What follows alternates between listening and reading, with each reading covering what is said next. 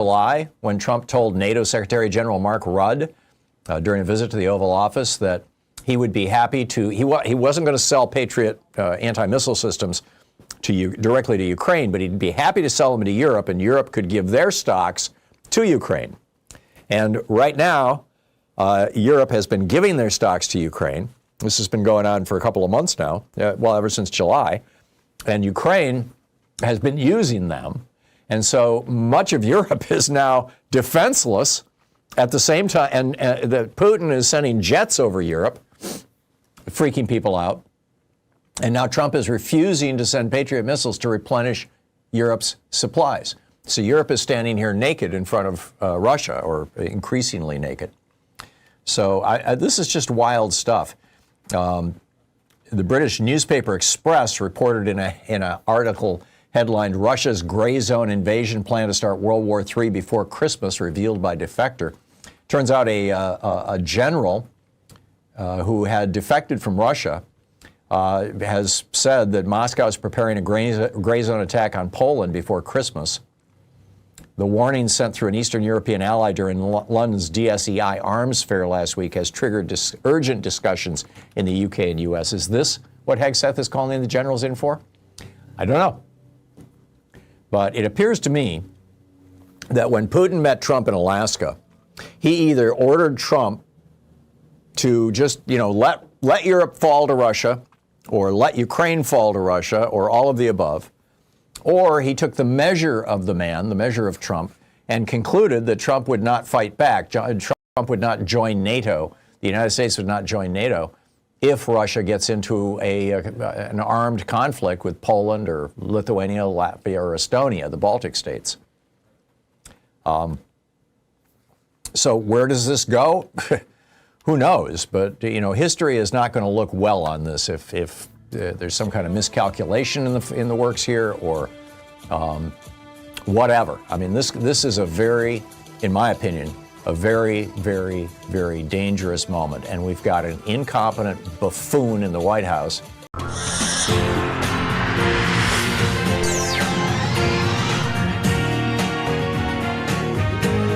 So let me level with you. We're not in a normal political moment, not even close. We're in a moment where leaders are turning cruelty into content, governance into spectacle, and democracy into a prop. And the scary part? They're counting on the public to get numb, tune out, and just accept it. That's exactly why supporting free speech TV is not optional right now. It's essential. And you can do that today at freespeech.org/donate or by calling 877-378-8669. Again, that's freespeech.org/donate or 877-378-8669. And because this moment demands urgency, we have some powerful ways to step up. $20 one time gets you a mystery sticker, the fun way to show you're on the side of truth, not tyranny. $60 or $5 a month gives you the option to support remote area medical, helping deliver free medical, dental, and vision care to underserved communities across the country. You can choose to send part of your gift directly to RAM instead of receiving a thank you gift. With $144 or $12 a month, you get my newest book, The Last American President, autographed by the author, a roadmap for understanding the stakes of this moment and the fight to preserve democracy. $240 joins our virtual Thom Hartmann meet and greet online. And with $1,000, it brings you the in-person meet and greet. You can come here to Portland, because if it was ever a year to show up big, this is it. Any one of these gifts starts at the same place, freespeech.org/donate or 877-378-8669. And look, this isn't hyperbole. When political leaders start using propaganda tactics, mocking critics, turning human lives into viral clips, and using culture as a weapon, that's how democratic norms erode. Not with tanks, but with memes. Not with decrees, but with dehumanization. Free Speech TV refuses to play that game. It refuses to bow to billionaires, corporations, or political intimidation. But refusing comes with a cost, and that cost is covered by you. So again, we need you right now. freespeech.org/donate or 877-378-8669. Folks, we are in a fight. We are in a fight for our democracy. We are in a fight for our Constitution. We are in a fight for our families. We are in a fight for the kind of future we want in this country. We are currently living through a president who wants to be a dictator. In America, we do not accept dictators and we do not accept kings. None of this is normal. We have to fight for our Constitution. No matter who you are, Donald Trump and corrupt congressional Republicans are coming for you.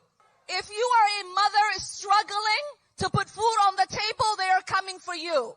They want you to believe, to look at your neighbor as the enemy. They want you to believe that it is because of trans kids that you can't have the necessary access to the programs we already paid for. They want you to think it is okay to snatch people in the middle of the night and disappear them. They want to take away our pride as Americans in the Constitution and due process by putting people in foreign prisons in a dark hole.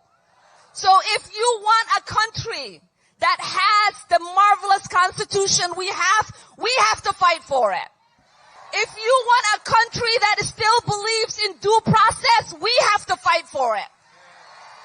If you believe in a country where we take care of our neighbors, look after the poor, and make sure our children have a future they can believe in, we have to fight for it.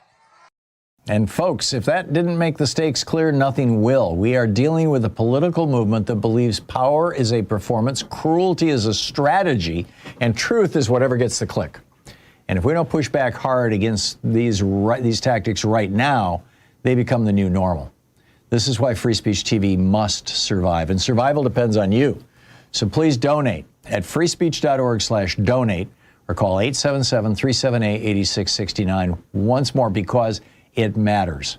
freespeech.org/donate or 877-378-8669. And remember the premiums, because this is how you turn urgency into action. $20 one time, mystery sticker, wear your resistance on your laptop, water bottle, or car window. $60 or $5 a month, support remote areas medical. Your gift can deliver real health care to real people in real need. $144 or $12 a month. My new book, The Last American President, that lays out the Democratic crossroads we're standing at this very minute, autographed by the author. The only way to get an autographed copy, by the way. $240, a virtual meet and greet with me. Let's actually talk face-to-face. Well, in this case, it would be on the computer. And $1,000, that's face-to-face, the in-person meet and greet here in Portland. Because in a year like this, investing truth into truth has never mattered more. These aren't just thank you gifts, they're commitments. They're declarations that you won't sit back while authoritarianism tests the walls of our democracy. Future generations will ask what we did when the stakes were this high. Let your answer be, I showed up. I stood for truth. I kept Free Speech TV alive. Donate now at freespeech.org/donate or call 877-378-8669. Do it now, because democracy doesn't wait, and it won't save itself.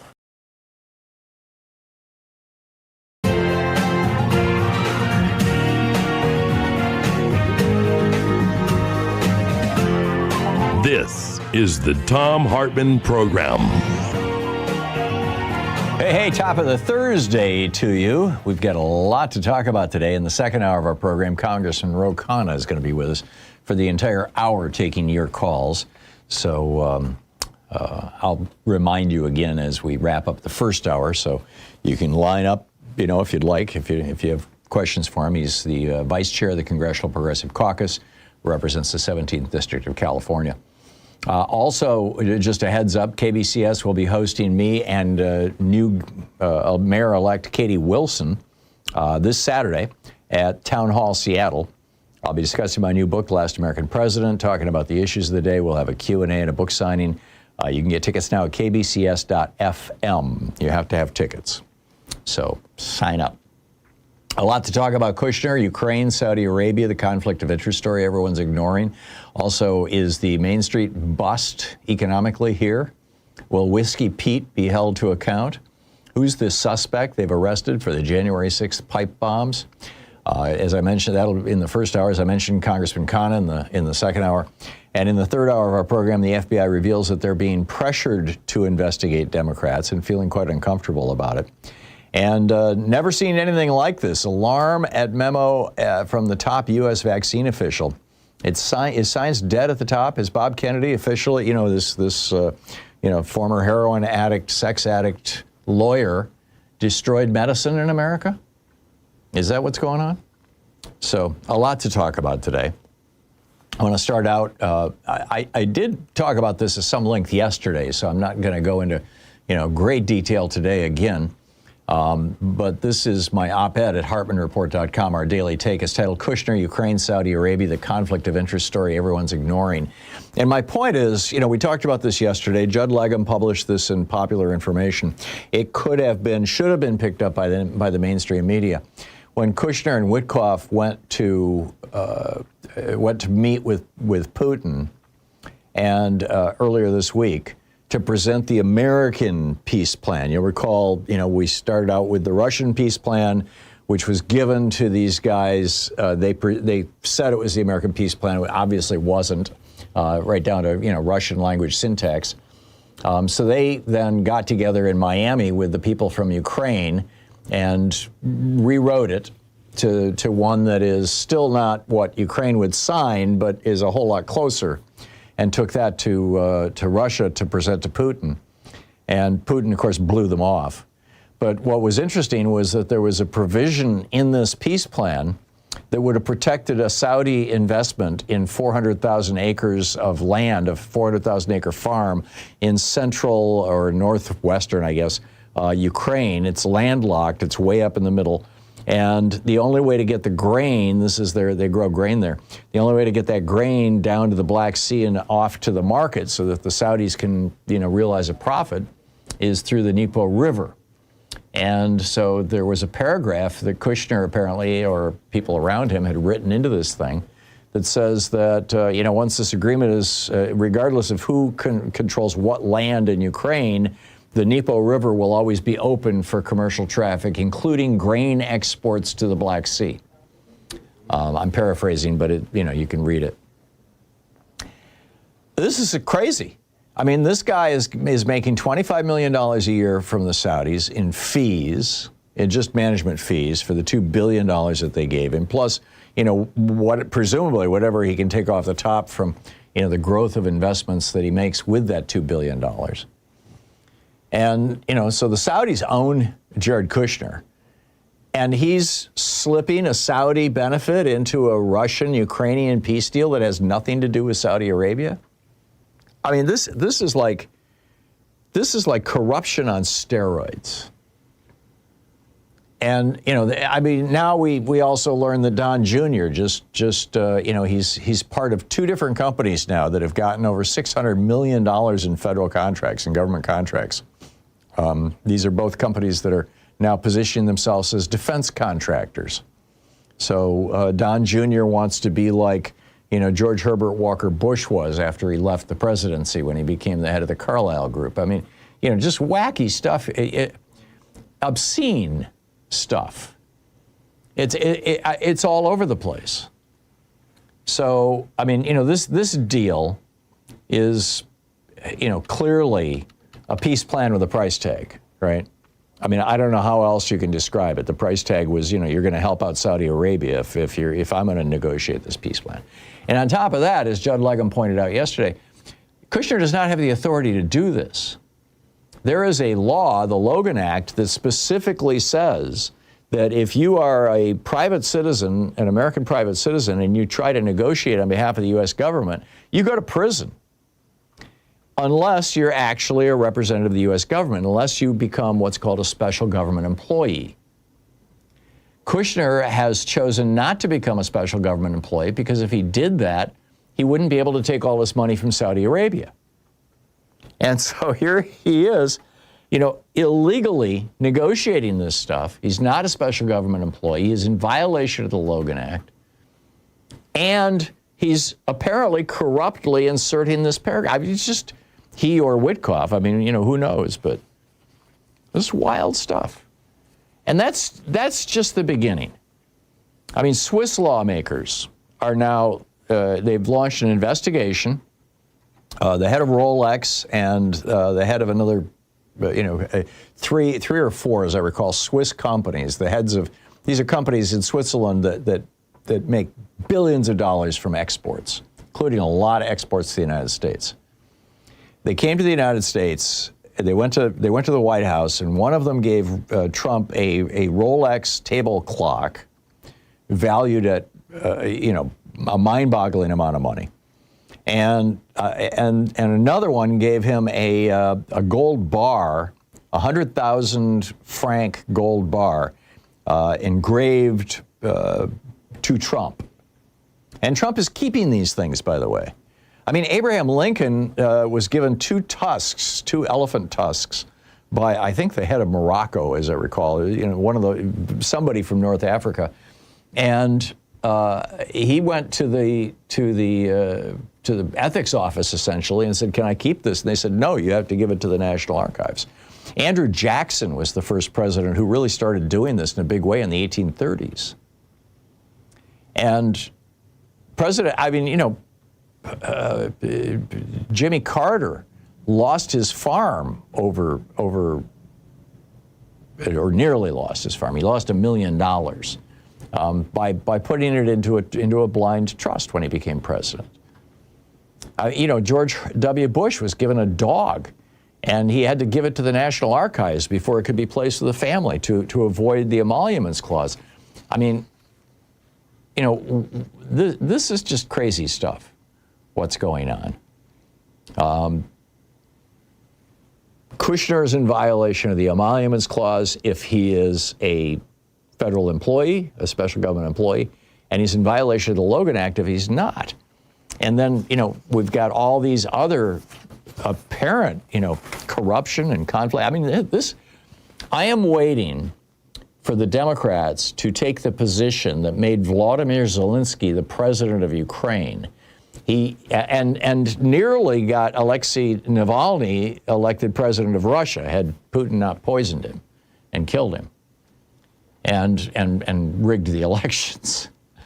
But what they both did is they both campaigned on a platform of ending corruption.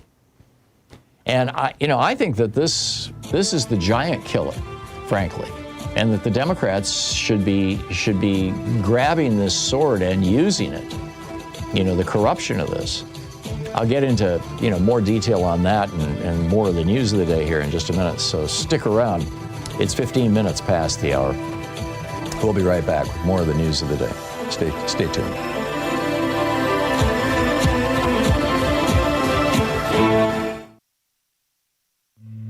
This is the Thom Hartmann Program. Defending America from the weapons of mass deception. I'll be right back with you.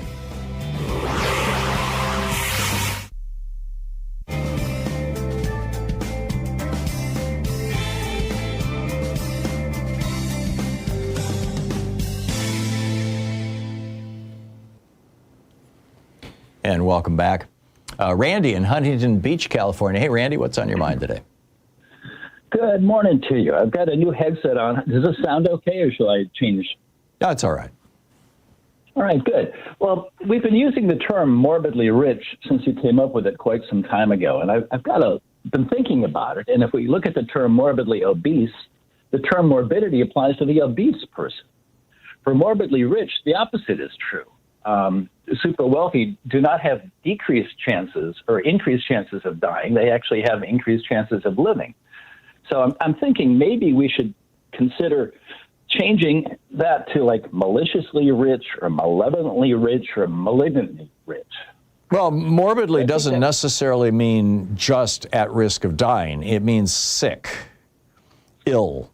The morbidity reports, that report that's issued by the federal government, it's actually called the Morbidity and Mortality Report, because morbidity is sickness and mortality is death.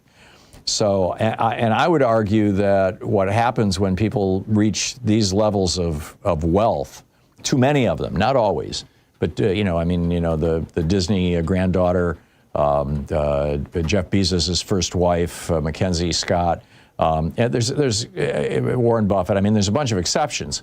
But generally speaking, when people reach that, that $1 billion or $100 million level of wealth where they can live in a completely separate world from the rest of us, they become mentally ill. I think they become ill. I think they become emotionally stunted. I view it as a severe illness that could conceivably lead to death, but more likely is just going to destroy the quality of their life.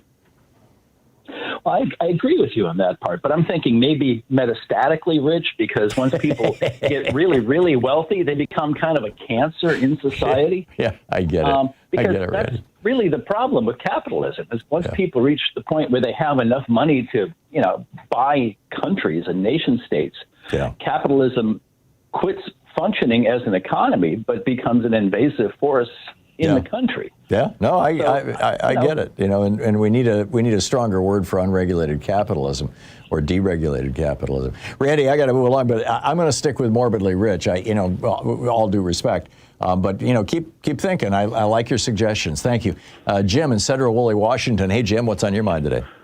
Hi, Tom. I just wanted to bring up maybe a broader view as to why Trump is going after Venezuela, maybe Colombia, and connect it to Canada and Greenland as well. In the 1930s, there was a movement called the technocracy movement, and it was a group of white guys that were trying to answer the Depression by getting rid of democracy and putting in what they call a technocracy.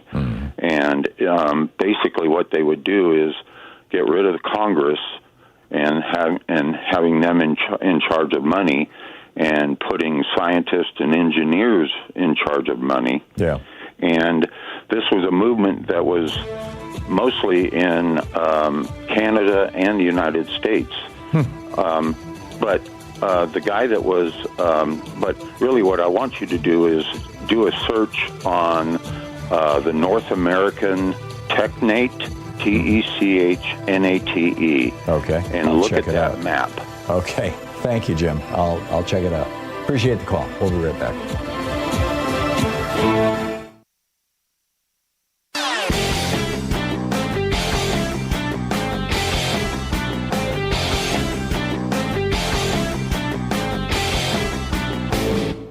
Change starts with you. You can be calling your Democratic or Republican representatives to let them know what you think by calling 202-224-3121. It's the Capitol switchboard. It'll get you right through to them.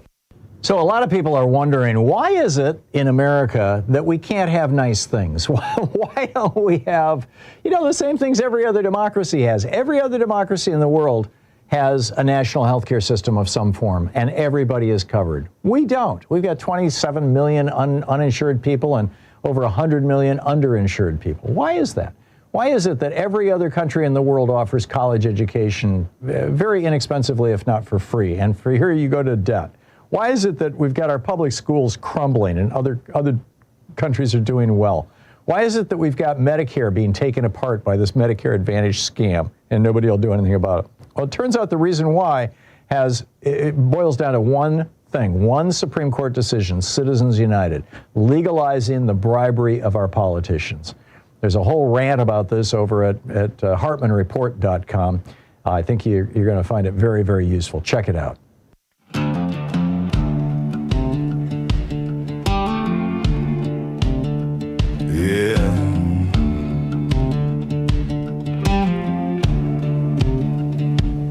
They meet behind closed doors, late night in a quiet room, talking about peace like a business, while the bad deals bloom. Suit coat, steady smiles, pen scratching slow, but the truth ain't on the mind, where the people can know. They're sold in the fine print, hidden from the light, pouring money on the table while they swear they're doing right. And the news just rolls on like it's nothing at all, but a country starts breaking when the watchdogs don't bark. Yeah, peace shouldn't pay,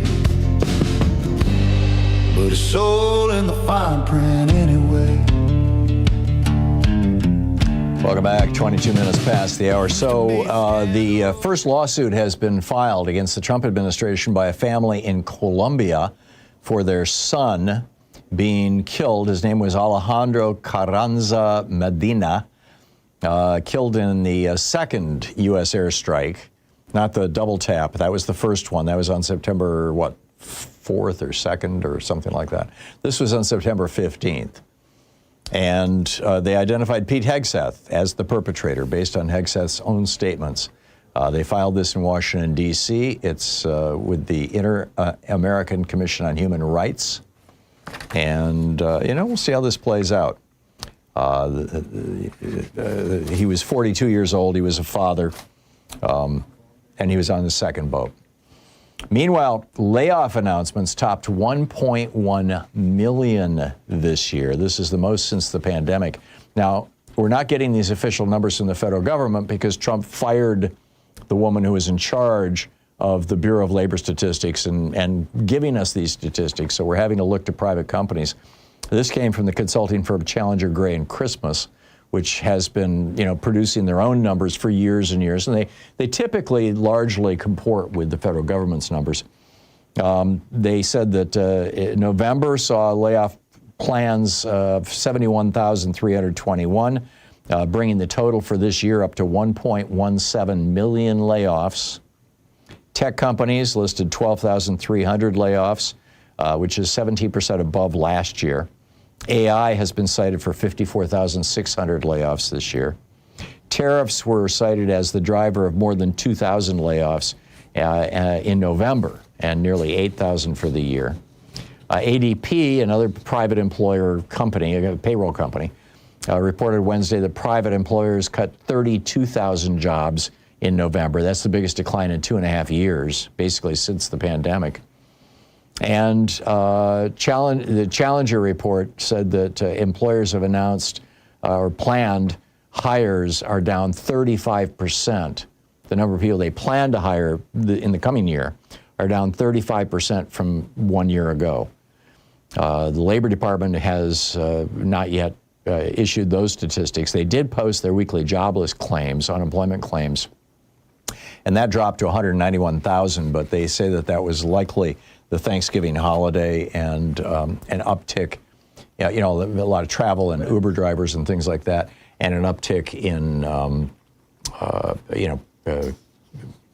temporary work jobs, delivering for Amazon, things like that.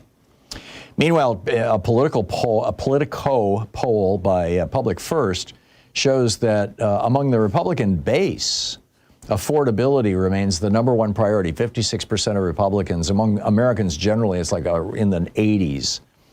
But people who don't identify as MAGA Republicans, but do identify as Republicans, and by the way, that's 61% of Republicans, say that their number one concern is affordability and that Trump is responsible for the economy right now. Trump yesterday famously said that affordability is a Democratic, he called it a Democrat hoax, a Democratic hoax, from the Democratic Party and Democratic politicians. If you believe that, I got a bridge to sell you. And the FBI has arrested a suspect in the January 6th pipe bomb case. It's a 30-year-old young man who lives nearby in Virginia. FBI Director Dan Bongino, Deputy Director, back in November of last year said, quote, "There's a massive cover-up because the person who planted these pipe bombs, they don't want you to know who it was because it's either a connected anti-Trump insider or this was an inside job." Yeah, it looks like it wasn't so much. There are some reports that this guy was an anarchist. He's living with his parents. Again, he's, we can't say that he definitely did it, innocent until proven guilty. But the FBI did, and also there's a lot of people scratching their heads because this fellow's name was floated apparently the day after January 6th. But the FBI wasn't able to nail him down then. So here we are five years later, 5 years later, and on it rolls. And of course, finally, the Department of Defense, the Secretary, or this oversight group, that the Inspector General for the Department of Defense says that when Hegseth did his famous signal chat where he was bragging about bombs about to start on the Houthis, to start falling on the Houthis in Yemen, He put our troops at risk. This guy should be impeached. You're listening to the Thom Hartmann Program. Call 202-808-9925. And in fact, there is a bill of impeachment against Hegseth that is pending now, as of today, in the U.S. House of Representatives. We'll be right back with your calls. What's up?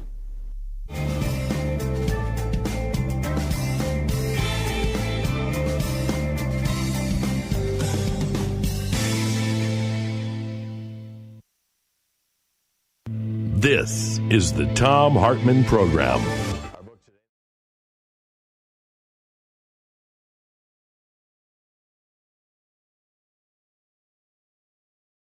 So let me level with you. We're not in a normal political moment, not even close. We're in a moment where leaders are turning cruelty into content, governance into spectacle, and democracy into a prop. And the scary part? They're counting on the public to get numb, tune out, and just accept it. That's exactly why supporting Free Speech TV is not optional right now. It's essential. And you can do that today at freespeech.org/donate or by calling 877-378-8669. Again, that's freespeech.org/donate or 877-378-8669. And because this moment demands urgency, we have some powerful ways to step up. $20 one time gets you a mystery sticker, a fun way to show you're on the side of truth, not tyranny. $60 or $5 a month gives you the option to support remote area medical, helping deliver free medical, dental, and vision care to underserved communities across the country. You can choose to send part of your gift directly to RAM instead of receiving a thank you gift. With $144 or $12 a month, you get my newest book, The Last American President, autographed by the author, a roadmap for understanding the stakes of this moment and the fight to preserve democracy. $240 joins our virtual Thom Hartmann meet and greet online. And with $1,000, it brings you the in-person meet and greet. You can come here to Portland, because if it was ever a year to show up big, this is it. Any one of these gifts starts at the same place, freespeech.org/donate or 877-378-8669. And look, this isn't hyperbole. When political leaders start using propaganda tactics, mocking critics, turning human lives into viral clips, and using culture as a weapon, that's how democratic norms erode. Not with tanks, but with memes. Not with decrees, but with dehumanization. Free Speech TV refuses to play that game. It refuses to bow to billionaires, corporations, or political intimidation. But refusing comes with a cost, and that cost is covered by you. So again, we need you right now. freespeech.org/donate or 877-378-8669. Folks, we are in a fight. We are in a fight for our democracy. We are in a fight for our Constitution. We are in a fight for our families. We are in a fight for the kind of future we want in this country. We are currently living through a president who wants to be a dictator. In America, we do not accept dictators and we do not accept kings. None of this is normal. We have to fight for our Constitution. No matter who you are, Donald Trump and corrupt congressional Republicans are coming for you. If you are a mother struggling to put food on the table, they are coming for you. They want you to believe, to look at your neighbor as the enemy. They want you to believe that it is because of trans kids that you can't have the necessary access to the programs we already paid for. They want you to think it is okay to snatch people in the middle of the night and disappear them. They want to take away our pride as Americans in the Constitution and due process by putting people in foreign prisons in a dark hole. So if you want a country that has the marvelous Constitution we have to fight for it. If you want a country that still believes in due process, we have to fight for it. If you believe in a country where we take care of our neighbors, look after the poor, and make sure our children have a future they can believe in, we have to fight for it. And folks, if that didn't make the stakes clear, nothing will. We are dealing with a political movement that believes power is a performance, cruelty is a strategy, and truth is whatever gets the click. And if we don't push back hard against these tactics right now, they become the new normal. This is why Free Speech TV must survive, and survival depends on you. So please donate at freespeech.org/donate or call 877-378-8669 once more because it matters. freespeech.org/donate or 877-378-8669. And remember the premiums, because this is how you turn urgency into action. $20 one time, mystery sticker, wear your resistance on your laptop, water bottle, or car window. $60 or $5 a month, support remote areas medical. Your gift can deliver real health care to real people in real need. $144 or $12 a month, my new book, The Last American President, that lays out the Democratic crossroads we're standing at this very minute, autographed by the author. The only way to get an autographed copy, by the way.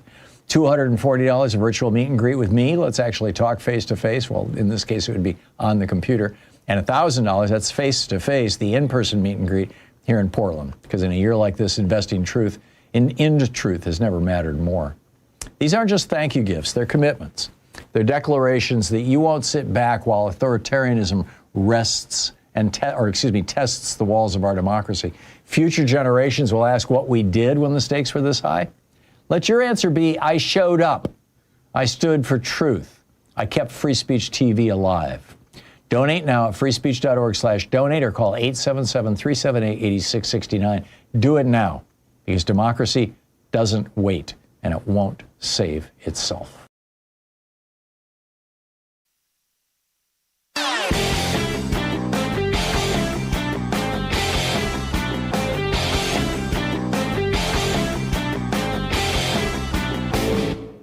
Hey, Thom Hartmann here. KBCS is hosting me out at Town Hall Seattle with special guest Katie Wilson on Saturday, December 6th. I'll be discussing my new book, The Last American President, speaking to the day's most pressing issues, and have a Q&A and book signing.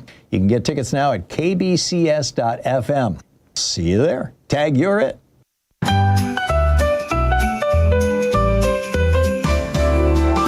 Chestnuts roasting on the BPA-free stove. Jackfruit sizzling on the side. Fair trade cocoa warms us, organic cloves, and almond milk in eggnog we've tried. Everybody knows kale chips and gluten-free dough help to make the season bright. Free-range veggies in a tofurkey show. Avoiding meats just feels so right.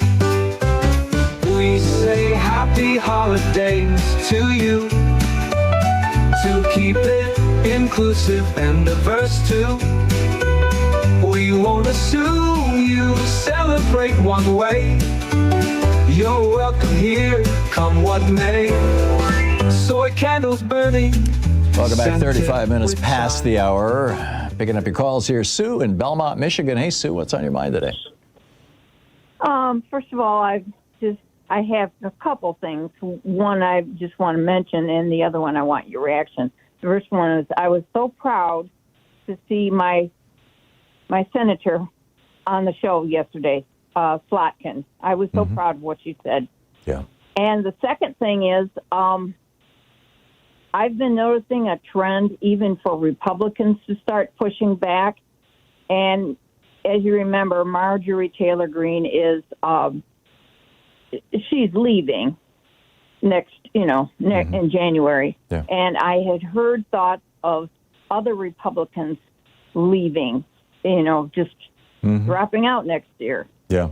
And I don't know what you know about that, that there are some other Republicans that want to leave. All I know is that I'm reading in the media that there's 41 altogether. Tom Tillis has announced he's leaving the Senate, although he's just not running for re-election. I think that there's, going to be quite a few of them. What's going to be interesting, Sue, is if, 3 or 4 or 5, I don't know what the math is on this particular day. It seems to change from day to day. We just had a special election this week. But if a small handful of Republicans leave the House before their term is out, like Marjorie Taylor Greene is doing, then Democrats could call for a new vote on Speaker of the House and make Hakeem Jeffries the Speaker. That would be interesting. Oh, that would be wonderful. Yeah, they could. It's not inconceivable. I'm guessing that no Republicans are going to do this because they don't want to risk, a $5 million a year job as a lobbyist on the other side of their retirement. So rather than screwing the Republicans in the House right now, rather than sticking it to Mike Johnson, they will just wait, and not run for re-election and let the primary and, everything, but keep their seats so there's still a vote there. But we'll see how it shakes out. Okay? Okay. Thanks a lot, Sue. Good to talk to you. Barbara in Kennesaw, Georgia. Hey, Barbara, what's up? Hey, Tom, I received something in the mail yesterday, and the first person I thought to call about it was you. Okay, tell me about it. Anyway, let me tell you what it is. It says from the United States Census Bureau. Mm-hmm. And it says, I'm going to have to read this to you so you'll know exactly what it is. It says, a message from the director of the U.S. Census Bureau. Your address has been randomly selected by the U.S. Census Bureau to participate in the American Community Survey. Mm-hmm. The Census Bureau conducts this survey each year to give our country up-to-date picture of blah, blah, blah. Yeah, it's all true, Barbara. It's real. It's real. Yeah. Okay. Yeah. Do you have any idea what kind of, I haven't, is it safe to go online to do this, or should I get it written, sent to me, or what would you say? I don't know what your options are right now. Does it give you a URL online to go to? Oh, yeah, it does. So you can go online, or if you don't do that, they'll send it to you in the mail to send back to you. What's the URL? It is respond.census.gov/ACS, and it gives you a login ID. Yeah. Well, I would not worry about that, Barbara. You're doing a service to our government. It's a patriotic thing to do to fill out the census. And well, since it was the Trump regime, it makes you think twice. I absolutely understand. But your information will be anonymized eventually. They do need to know these things, because that's how they figure out, how many foods, what kind of budgets for food stamps and new roads and schools and everything else. So. Okay, well, thank you so much for telling me that. I'll just go online and do it then. Yeah. But I just was wary, how they are getting all your information. Oh yeah, well, they don't need you to do the voluntary census thing to get your information. Elon Musk already stole it. It appears that way anyway. Yeah. Okay. I just wanted to. I thank you so much for reassuring me about that. Mm-hmm. But the thing is, Tom, I just wanted to throw in one thing. Do you remember? I think it was what was said against Jimmy Carter, and they said, "There he goes again." Yeah, that was Ronald Reagan in the debate. That was Ronald Reagan. 1980. And why don't they just do that with Trump? Because when you take what he says seriously, you ought to just say that, like, dismiss the whole thing, like, there he goes again. Yeah. Only with Reagan, it was kind of like an amused, he's kind of a one-trick pony thing. With Trump, it's like, oh my God, he's so corrupt. I mean, it should be a little more shocked and a little more outraged, I would think. Well, that's true, but I was thinking about when he says things like, Miss Piggy and all that kind of thing. Yeah. Oh yeah, there he goes again. Yeah, for sure. I'll bet the press corps is doing a lot of that to each other. Barbara, thank you. Thank you for the call, and good luck with the census. Thank you so much, Tom, for all you do, and I appreciate you telling me about this, that I can go ahead and get it done. Yeah, there you go. Good talking to you. Thank you. Rena in Anderson, California. Hey, Rena, what's up? Yeah, thanks for taking my call, and thank you for all you do. And also thank you for Jefferson Smith when you're not there, because he's excellent. Oh, I'm glad to hear that. Thank you, Rena. Yeah. I heard you talking about glyphosate being used on wheat to make it die, and somehow they found out that the production went up. It increases the efficiency of the I think they're called threshing machines, the machines that harvest the wheat. Correct. And not only that, I think what people need to know about Roundup, which is glyphosate, when use Roundup, if you use it later in its cycle, right before it makes seed, it will all of a sudden make okay, I got to make more seed, make seed, so that that's why they use it. Oh, interesting. Really, because so it increases the production of the wheat. That's weird because it's an herbicide. I mean, how would that work? Yeah, it makes the enzymes push seed. I've noticed that when I use it myself. I know if you can kill all the weeds that you want, but if you do that, if you spray it when there's seeds starting to make, the seeds will come anyway. So you've wasted. You've just made. Yeah, well, be real careful with it, Rena. I mean, it's better to pull the weeds, Yeah, well, I have a big piece of property, and there's a lot of people who misuse it, and I think we probably get more glyphosate in our food because of the fact that it's used on so many crops. Yeah, it may well be. It may well be. Yeah. I wanted to know if you heard of Jeffrey M. Smith and the Bio Institute, the Institute for Responsible Technology. Sounds familiar, but I don't recall any details. I'm sorry. Yeah. Anyway, he has done nothing but he's an activist for technology. Yeah. Anyway, also I wanted to mention that there's a group called Patriotic Millionaires, and I don't know. Oh, yeah, they've been on the program a number of times. Rena, I'm out of time, but thanks for the call and thanks for the information. Good talking with you. 44 minutes past the hour, 44 and a half. I'll be back with more of your calls in just a minute. Stay with us.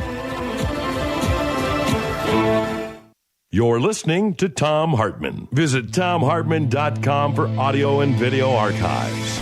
It's the place where smart people get their news. We'll be right back with your calls.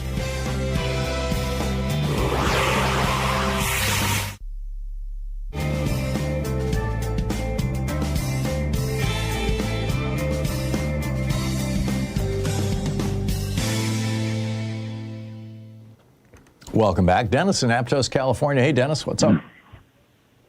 Well, you were talking about emoluments that have been given to Trump earlier in your show. And I just wanted to point out that Nancy Pelosi failed in the first impeachment to add emoluments violations to the charges against Trump. And at that time, I thought that was totally stupid. And I still insist it was stupid. Therefore, Trump never, it was not brought to America's attention. Right. And of course, when you feed him anything, you give him an inch, he wants to take a mile. Yep. So now he's doing emoluments on steroids. Yep. I would hope that in the next, because I do believe there's going to be another impeachment, maybe if we're really lucky, sometime this coming year, if enough Republicans do a Marjorie Taylor Greene, but definitely after the midterms, because I see no way the Democrats are going to lose. Yeah. That emoluments actually be the very first and premier charge against Trump. So I wanted to bring that, and I wanted to get your take on it. Do you think Pelosi made a mistake? And I'm sure you would agree with me that in a third impeachment trial, emoluments has to be one of the things that is. I absolutely agree with that premise, Dennis. I don't recall the details of the debate around the first or second impeachments that might have had to do with emoluments, so I can't speak to whether Pelosi, blew it or ignored it or just, was being strategic and trying to keep it tight. I think their main goal was to get him out of office. And so if that's your main goal, you don't want to throw the kitchen sink in. You want something that's focused, that's like a spear that's going to go right at him, or right at his presidency. Well, that was one of the points she made. She wanted to streamline things, but I thought, wait a second here. This is what, and it actually tied in with. Then you've got to prove your case on each one of those items, or the impeachment doesn't go through. So they had time to do it. Yeah, I don't disagree. I just, I think, second guessing Nancy Pelosi on legislative matters is always dangerous. Dennis, thanks for the call. Michael in Las Vegas. Hey, Michael, what's up? Yes, hey, Tom. Thanks for taking my call. Do you think that Hegseth is so toxic now that Trump is going to have to fire him? And on top of that, it seems pretty likely that the Dems are going to win next year. And I believe that Hakeem must turn his committees loose and let them go after these people. Mm-hmm. I agree. I agree. Did you ask about Hegseth? Was that? Yeah, my first question. Yeah, I suspect that Hegseth is on his way out. I suspect that Kash Patel is on his way out, too. There may be some timing issues. I know there are with Kash Patel to replace him. If Trump wants to replace him with the person he wants to replace him with, that'll probably happen in the second week of January. But I don't know with regard to Hegseth, but it sure is clear to me that, yeah, he has become toxic. And the signal thing is probably going to bring him down as much as the double tap on the boats and all that kind of stuff. That seems to have a little more, he's got a little more institutional juice behind him on that. The Department of Defense is not defending him on the Signal chat. They do not want that kind of stuff happening. Michael, thank you for the call. We'll be right back.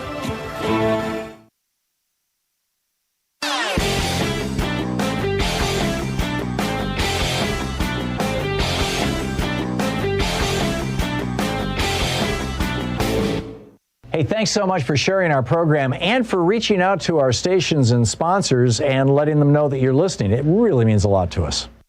Back in 2010, when Viktor Orban took over the Fidesz party in Hungary, that party was sort of like the Republican Party. It was just a conventional conservative European political party. And he has turned it into a neo-fascist powerhouse.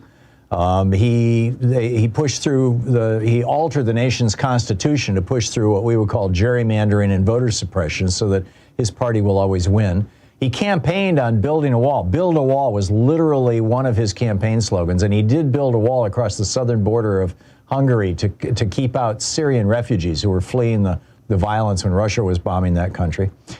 His other two campaign slogans were, and I quote, "Restore Christian purity and make Hungary great again." Seriously, back in 2010, 6 years before Trump. There's an amazing backstory about how Viktor Orban is being cloned, essentially, in the GOP. You can find the article over at HartmannReport.com. Check it out.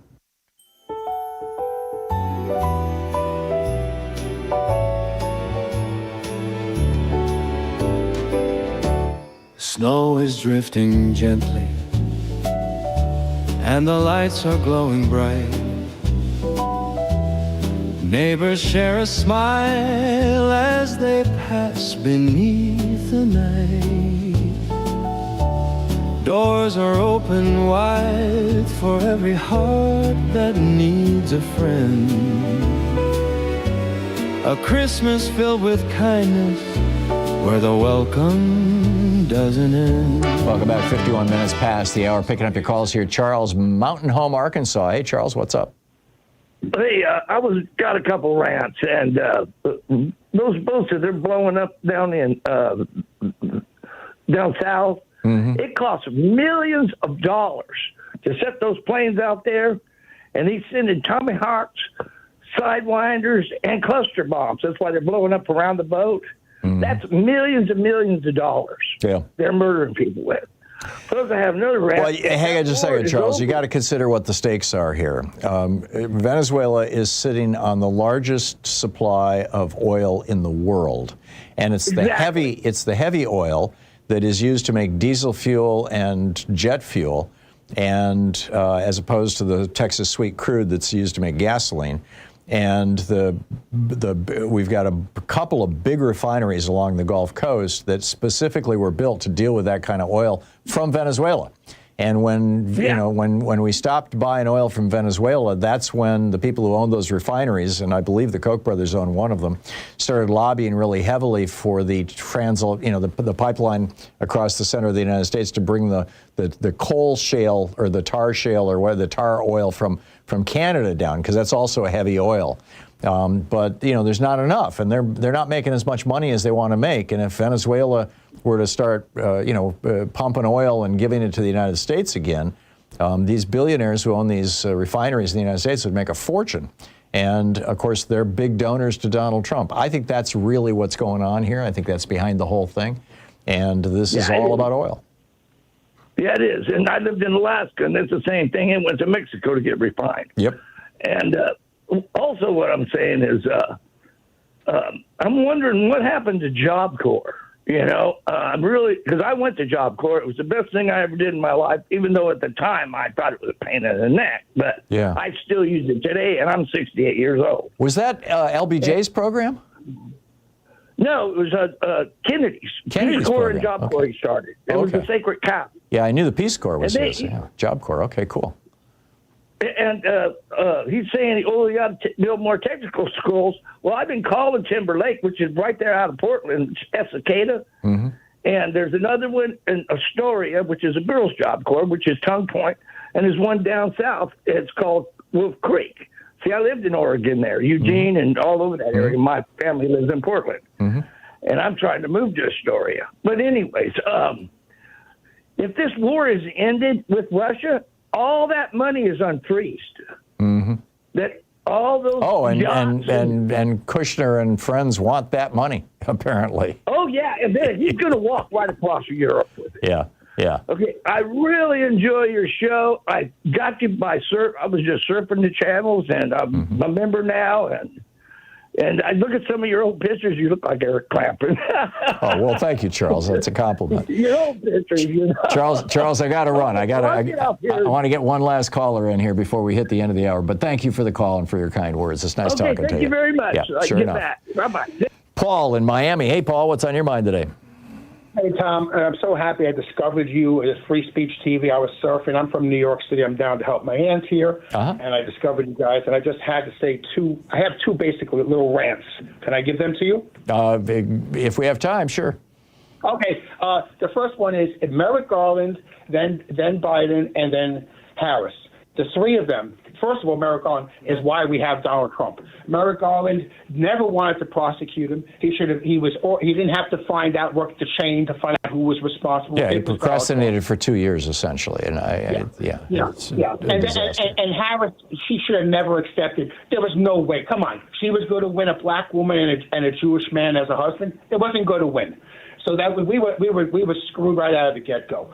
I wouldn't blame Harris for that. I would blame Joe Biden for that. He had made it very clear when he ran, 4 years earlier that he was going to be a one-term president, and then in the middle of the last year he decided, oh no, I'm not going to be a one-term president, and he shouldn't have made that decision. He and the people around him and his wife, they bear the responsibility for this failure, in my opinion, not Kamala Harris. She wasn't the world's best candidate, but hey, at that point in time, that was pretty much all they could do. Right. Yeah, you're all right. You're right on that. I hear you. And one more thing. I think that people think that there's going to be another election and we're going to get there. The white Christian right want America North Korea style. That's what they want. They don't want elections. They don't want Constitution. They don't want women voting. They don't want gay people. This is where we're going. Forget about autocracy in Russia. We're going. This is the world that is being created in several of the former Confederate states. Where they're stripping books off the shelves. They're intimidating colleges and universities and local public schools. You've got, they're cutting health benefits for people. They're maintaining a minimum wage of $7.25 to keep people in basically, economic bondage. They're using slave labor in their prisons. The Confederacy is rising again right now, Paul. I'm telling you. Yep. They want to take over America again, too, just like they tried to do in 1861. That's right. And you know what? General Flynn is in the wings waiting to go. Oh, yeah. No doubt about that. All right, thank Paul, you. Thanks a lot for the call. Thank you. Sure enough. Good talking to you. Up next, Congressman Khanna Vice Chair of the Congressional Progressive Caucus, will be with us for the entire next hour, taking your calls. So if you want to get in line, the number is 202-808-9925, and we will be back with Representative Ro Khanna.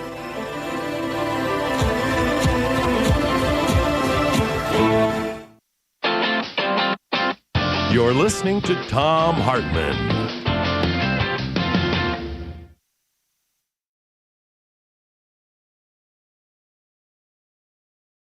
In addition to bringing you the Thom Hartmann program here on Free Speech TV and Video Media Online, we also have a whole set of ways you can interact with us and tools you can use to spread the word about the importance of democracy and the threats to it in our republic.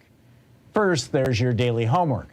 Sue Nethercutt puts together a daily email newsletter that has a link to every story I discuss on the air, so you can find my sources and you can share them with your friends. It's free and you can sign up at thomhartmann.com. Second, I publish my daily take every day over at the HartmannReport.com website. That's also free if you want the daily 5 days a week rant in your inbox. No ads either. Third, we have the podcasts. There's the free 1-hour version of our daily show that's advertising supported. You can find that wherever you get your podcasts normally. And then there's also the podcast of the entire 3-hour show with no advertisements, and that's available by subscription over at thomhartmann.com. So check them all out at thomhartmann.com and hartmannreport.com.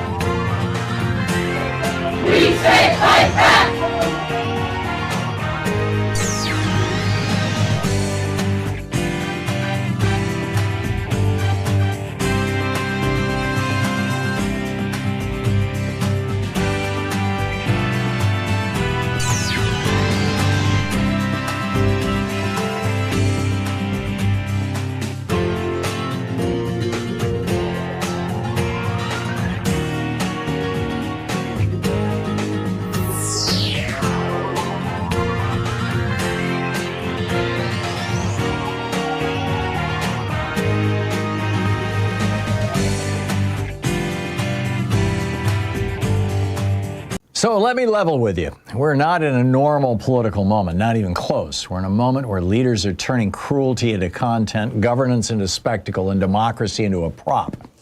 And the scary part? They're counting on the public to get numb, tune out, and just accept it. That's exactly why supporting Free Speech TV is not optional right now. It's essential. And you can do that today at freespeech.org/donate or by calling 877-378-8669. Again, that's freespeech.org/donate or 877-378-8669. And because this moment demands urgency, we have some powerful ways to step up. $20 one time gets you a mystery sticker, a fun way to show you're on the side of truth, not tyranny.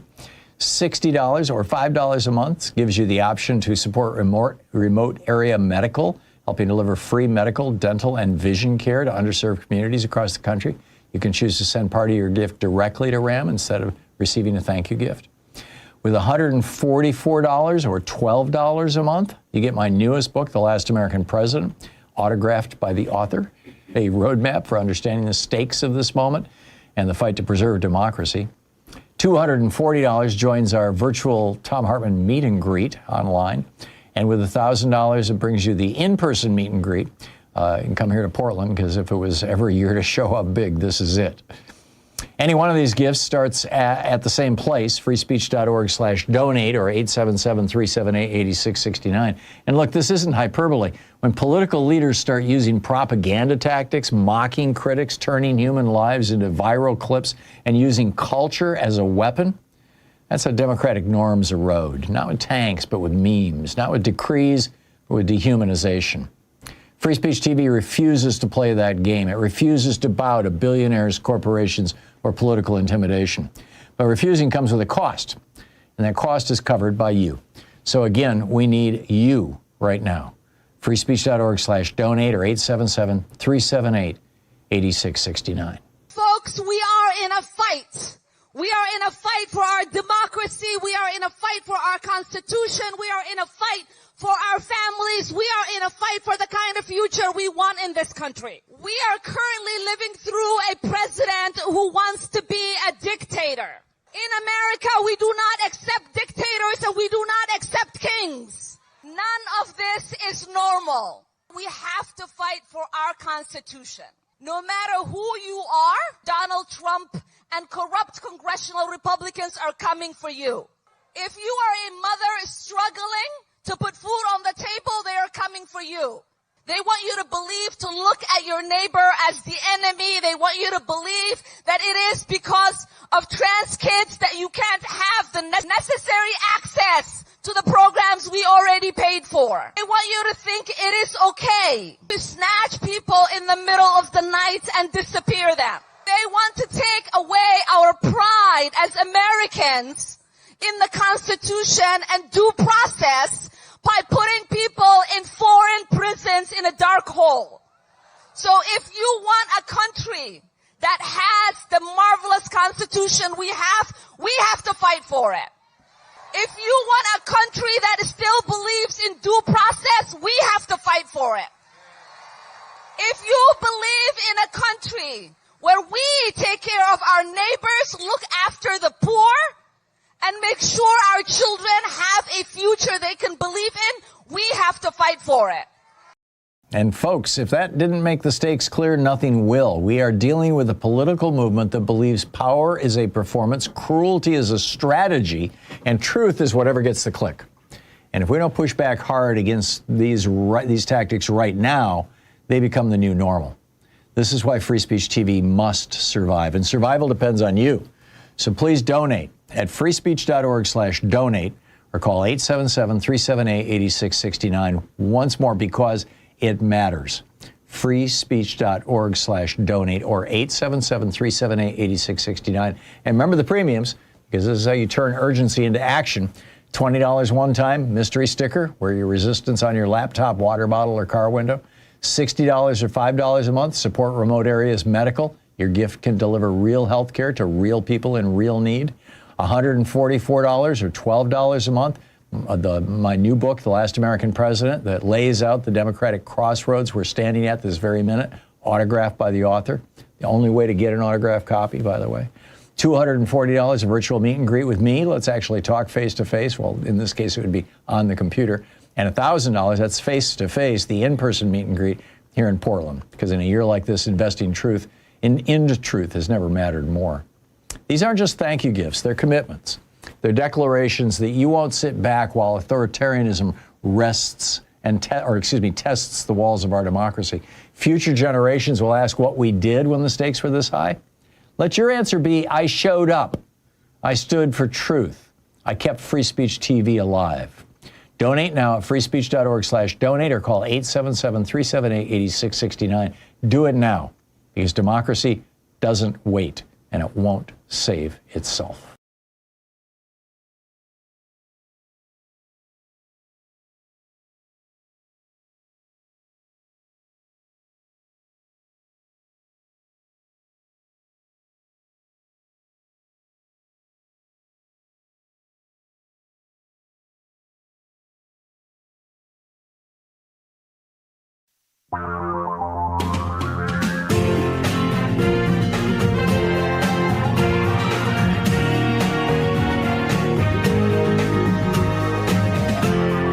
This is the Thom Hartmann Program.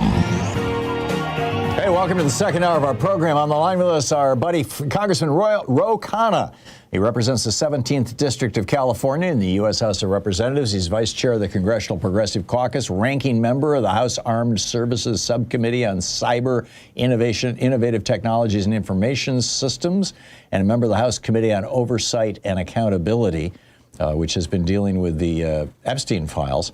Khanna.house.gov, KHANNA.house.gov is his website. Rep. Ro Khanna over on Blue Sky. Congressman, welcome back to the program. You have been busy. You've been all over the place with these discharge petitions and everything else. What's on your plate right now? What's on your mind right now? Well, of course, we got the discharge petition. The law passed. I mean, the law passed 427-1, my Epstein Transparency Act, and 100-0 in the Senate. It was the first blow, really, to Donald Trump legislatively, where he had to sign it. He was going to face 70 defections. And it's a real testament to the survivors, over 1,000 victims. The files will be released by December 16th to 18th, based on federal law. We're also working, Massey and I, now on trying to stop the regime change war in Venezuela and to get answers for these just unconscionable boat strikes where people who were innocent and not threatened in any way were killed. I mean, it's not the American way of doing business, and it's a violation of the rule of law and the rules of war. So those are the two things that have been most front and center this week. In regards to the latter, has anybody looked into? My understanding of this is that, number one, Venezuela has the largest oil reserve in the world, even larger than Saudi Arabia, maybe second largest to the United States. And it's this heavy oil that is needed to make diesel fuel and a whole bunch of other things. And that when we used to have, an ample supply of this stuff, when we were Venezuela's friends, the Koch brothers and other billionaires built a number of refineries along the southern coast of the United States to refine heavy crude. When that went away, when Venezuela, because of the geopolitics of the whole situation, that's when they started, again, I believe it was the Koch brothers at the time, started funding all these efforts to build a pipeline from Canada to get another supply of heavy oil down to those refineries on the Gulf Coast that were specifically built to refine it. Trump met with a group of oil executives and said, give me $1 billion and I'll do anything you want. Is it possible that some of these right-wing billionaires, number one, own these refineries that can only refine this kind of oil and could make a fortune if they could get, the oil out of Venezuela, and B, or two, are leaning on Trump to make this happen? That's a brilliant explanation, Tom. I had not heard it in that depth, but it's certainly a plausible explanation. I mean, Donald Trump ran on no regime change wars. It was the essence of his campaign. He resisted it in Iran. He had those one day of strikes, which I opposed, but he resisted getting into a effort to have a full regime change war there, despite Netanyahu trying to prod him into it. And so I've always wondered, what is it about Venezuela that is getting him to depart from his political promises and his instincts? I assumed it was sort of Florida politics and the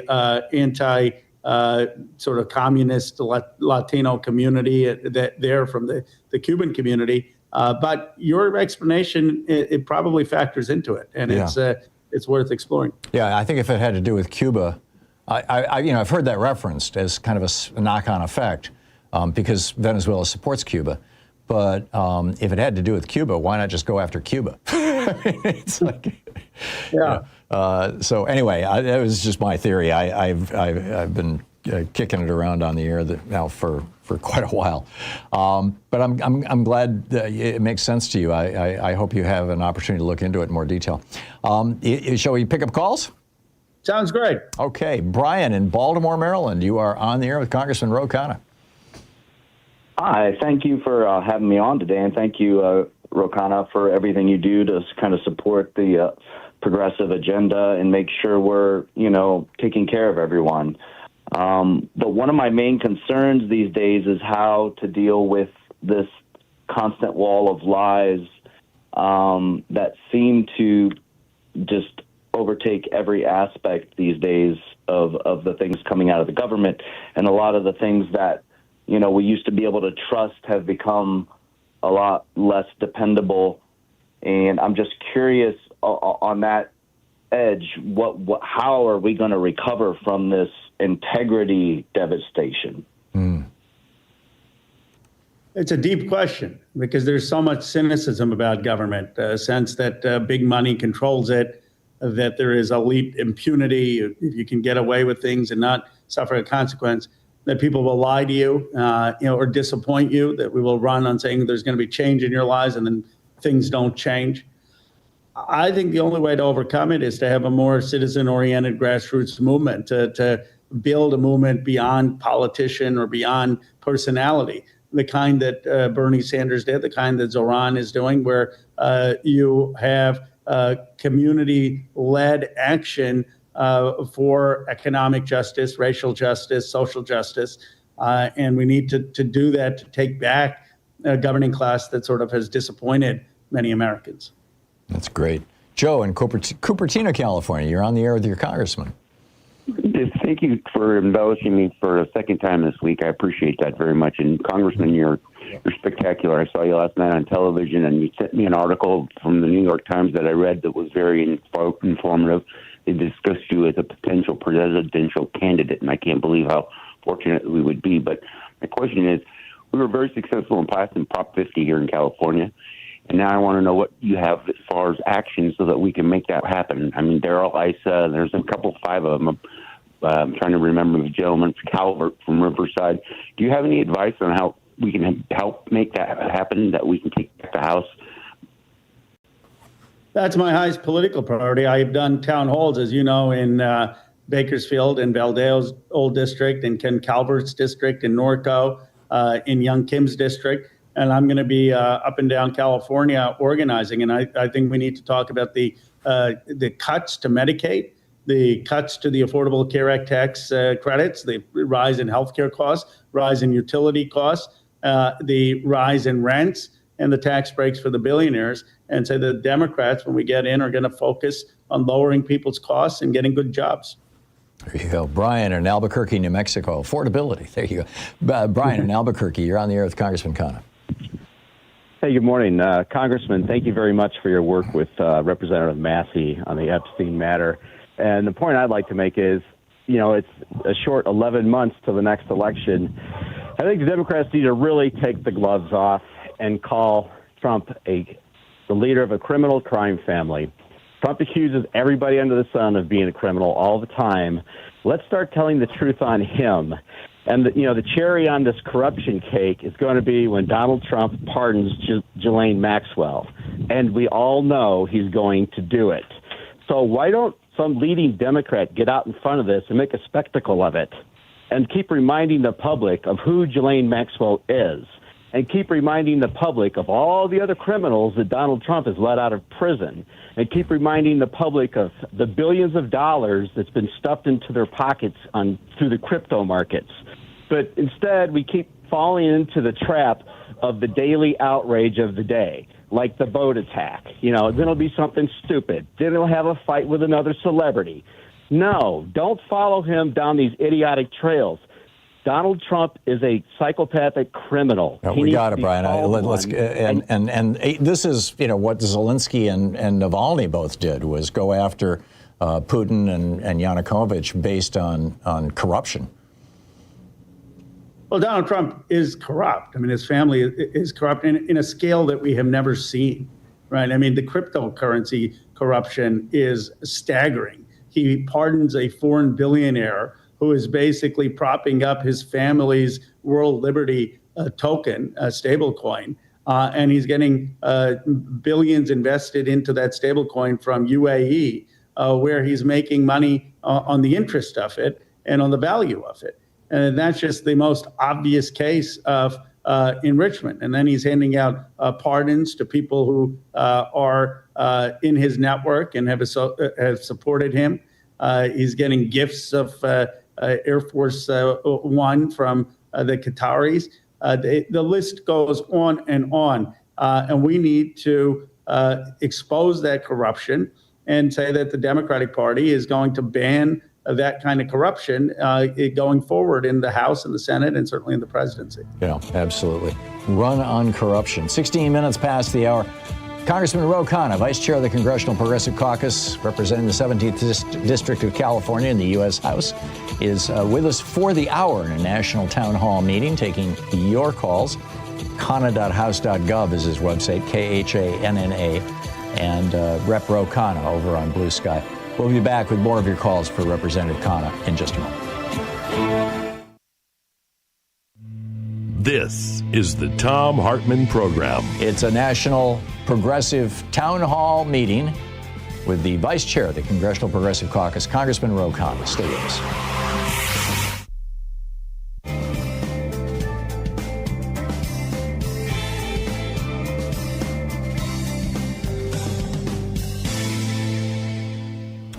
And welcome back. Shayna in Prairie Grove, Arkansas. You are on the air with Congressman Khanna.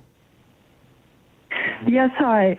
After waiting weeks to get a COVID vaccine from the VA, which they had, but they wouldn't hand out because, Arkansas, I had to go to Walmart and pay $117. And the guy told me the only reason you're getting this is because you're over 65. So when I'm leaving, I turn on car radio. They're selling ivermectin pills, which is a heartworm preventative for dogs. My idea is to make a COVID Remembrance Day, make it a holiday where everybody can go and get a free vaccine if they choose. Well, I appreciate that, and I think your story highlights what's broken about the healthcare system. I mean, you should not have to pay money for these kind of vaccines and drugs in America. We should have healthcare as a human right. We need national health insurance, Medicare for all. We need Medicare negotiating with the pharmaceuticals to lower the cost of prescription drugs. Americans shouldn't be paying more for prescription drugs than people in other industrialized countries. And certainly for vaccines, which are a public health investment, they should be free. And so I agree with you, not just for a day, but for a transformation of our healthcare system. Morris in Inglewood, California. You're on the air with Congressman Khanna. Congressman, first of all, let me say thank you for your efforts, particularly regarding the Epstein files. And I like your idea, too, Tom, about run on corruption. That sounds good. But, Congressman, let me share something with you. We've got our veterans now. They're throwing away their war medals. These are uniformed personnel, the pride of our culture. And their speeches are on point. They're on point. I couldn't have imagined this if I was watching a Rod Stewart movie. And it all started when these guys started resisting what were known as illegal orders. Now, that kind of set the tone. Now, these guys are throwing away their medals now. Well, what do you think Trump is going to do with these people? Is he going to do a Mondani response, or is he going to come up with that bitter language? Because these folks are trained, and they're not afraid, and they're principled. I'm sure you're aware of what's going on. What do you think the president's response is going to be to this, and what do you think, is going to come out of all of this? Because I'm getting kind of nervous. I'll talk to you later. Morris, why are they throwing away their medals? Out of protest? I'm not familiar with this, and Morris just hung up, so I'm sorry. Okay, well, I assume from the context that they may be assuming that throwing away the medals out of protest or against what Trump is doing in Venezuela or what he's doing in the Middle East. I know there are a lot of veterans who are upset with the violations of the laws that they swore to uphold. They thought they were fighting for freedom, and here they see a president undermining those principles. And I just admire their courage, and we need to have their back.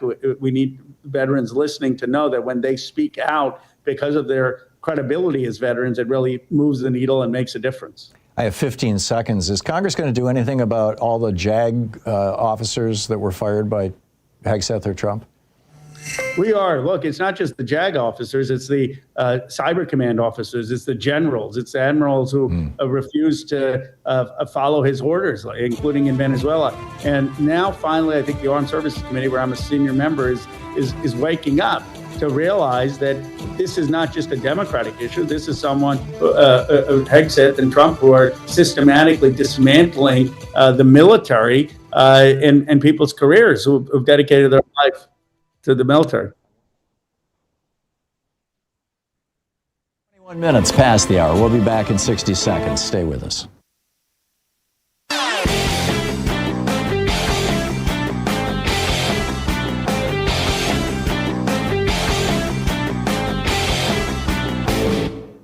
Hey, Thom Hartmann here. KBCS is hosting me out at Town Hall Seattle with special guest Katie Wilson on Saturday, December 6th. I'll be discussing my new book, The Last American President, speaking to the day's most pressing issues, and have a Q&A and book signing. You can get tickets now at kbcs.fm. See you there. Tag You're It.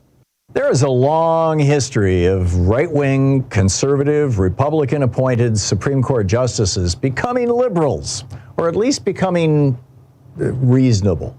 Earl Warren is probably the best-known example. He was, a right-wing governor of California. He was a hard-ass Alameda County prosecutor, a district attorney, and when Eisenhower put him on the court, A year later, he did the Brown versus Brown v. Board of Education case. He ended discrimination, racial discrimination in schools, or at least, tried to end it.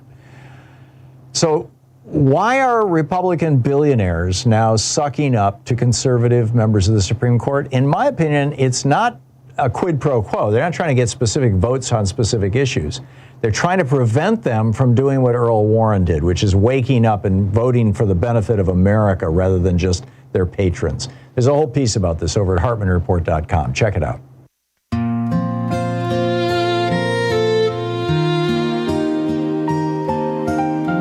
Congressman Khanna is with us, taking your calls for the hour in a National Progressive Town Hall meeting. Mark in San Francisco, you are on the air with Representative Khanna. Congressman O'Connor, I think the Democrats need to have a New Deal platform going into the next election. Medicare for all, expanding Social Security. The list should go on and on. We need to go big. And I think that what you can do is also embrace FDR. A lot of people don't know him, but that's when government worked for the people. And I think if you make it a teaching moment that government can work for the people when you vote for the right people. Well, you're singing from my gospel. I believe we need a modern FDR coalition. FDR coalition that also is multiracial. So I say FDR plus Bayard Rustin and Dr. King's freedom budget. But the fundamental challenge of our times is that my district has $18 trillion. Billionaires' wealth has gone up from $3 trillion to $8 trillion. And many Americans don't have good jobs. They can support a family, can't afford health care, can't afford child care, can't afford education. So we need national health insurance, Medicare for all, which FDR started. We need free public college. We need 1,000 new trade schools. We need to cap excessive rent. We need to make sure that we have $10 a day child care, and we should be taxing the excessive wealth in my district to have a Marshall Plan for America. I believe a modern FDR coalition is the answer for a political realignment in our time. Amen. Elizabeth on Staten Island, New York. You are on the air with Congressman Khanna. Hi, Tom, and hi, Representative Khanna. Thank you for everything that you do. I'm a huge supporter, so I had to say that first. So I'm calling about, I'm a nurse. I work in a New York City hospital, and I'm working with a program. I don't know if you were aware of it. You may be, but if you're not, I just wanted to bring it up. It's called the Guide Model. It's under CMS for patients with dementia. Are you aware of this program? Elizabeth, I'm not. Please tell me about it. So actually Biden and Harris were the first ones to start it. It became effective July 2025. It is for family members and their loved one with dementia. You have to have straight traditional Medicare and a diagnosis of dementia. And what you do get in return is you get assigned a care navigator. There's a 24-hour hotline for family, training for the family. In New York, we're helping with food and transportation. The second piece is the respite piece. In New York, the patient can get up to 80 hours of a home health aid for free for the year. This is an 8-year program, or you can use it for a 10-day stay in a respite, or you can use it for adult daycare. I'm working with a company called JBS Health, who is contracted with CMS. Again, this is no cost to the family at all, and it is a game changer. Wonderful. That's great. It sounds terrific. I'll give you more information if you want, because I know we don't have a lot of time, but I'm a nurse and I'm a full advocate, and I work with a lot of patients with dementia, and I think this is a wonderful program. Well, Elizabeth, thank you for bringing this to my awareness. It's why I love doing Tom's show. At least I try for twice a month, because it's one of the few things I do in media where I learn, and it's because of the incredible callers like you. We need it to be putting far more money into home care, in terms of child care. In an AI world, it's actually the care jobs that are going to exist. And it's also, of course, good in terms of just the human ability to respect and give dignity to people with dementia. So I look forward to learning more about this program and seeing how we can support it. Congressman, we have about 30 seconds. What do you think is the possibility of Medicare for all, probably 3 years from now? I have never been more optimistic, Tom. I'll tell you why. Before Marjorie Taylor Greene resigned, we had a conversation where she was open actually to moving away from private health insurance, and I was hoping to work on a bill with her to get Medicare at least to 50.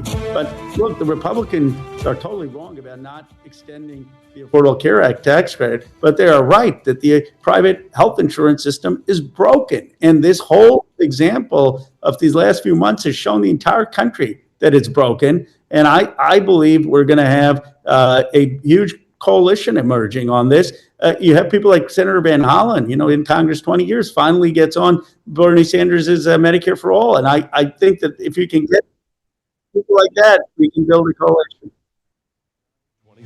Sorry, he stepped on the last fragment of your sentence. I said, look, Senator Van Hollen, who's more in the moderate wing, just a few weeks ago got on Bernie Sanders' Medicare for All after being in the Senate. That shows me the coalition that can be built.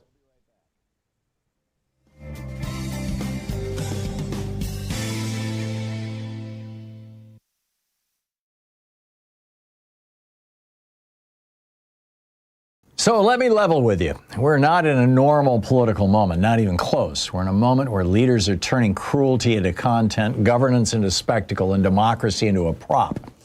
And the scary part? They're counting on the public to get numb, tune out, and just accept it. That's exactly why supporting free speech TV is not optional right now. It's essential.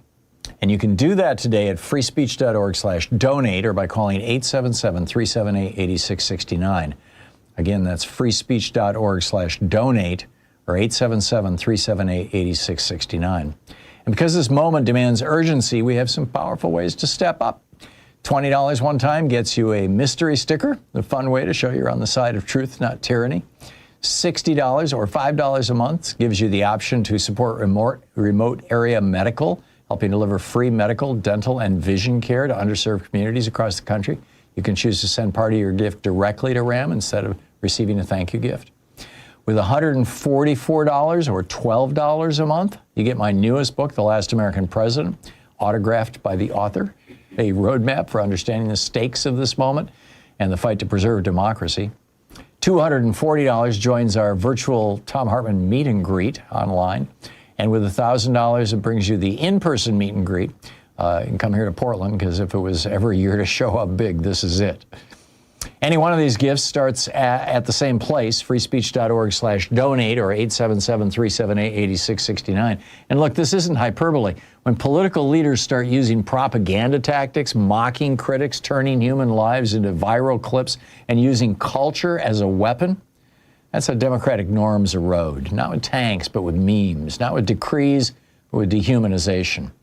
Free Speech TV refuses to play that game. It refuses to bow to billionaires, corporations, or political intimidation. But refusing comes with a cost, and that cost is covered by you. So again, we need you right now. freespeech.org/donate or 877-378-8669. Folks, we are in a fight. We are in a fight for our democracy. We are in a fight for our Constitution. We are in a fight for our families. We are in a fight for the kind of future we want in this country. We are currently living through a president who wants to be a dictator. In America, we do not accept dictators and we do not accept kings. None of this is normal. We have to fight for our Constitution. No matter who you are, Donald Trump and corrupt congressional Republicans are coming for you. If you are a mother struggling to put food on the table, they are coming for you.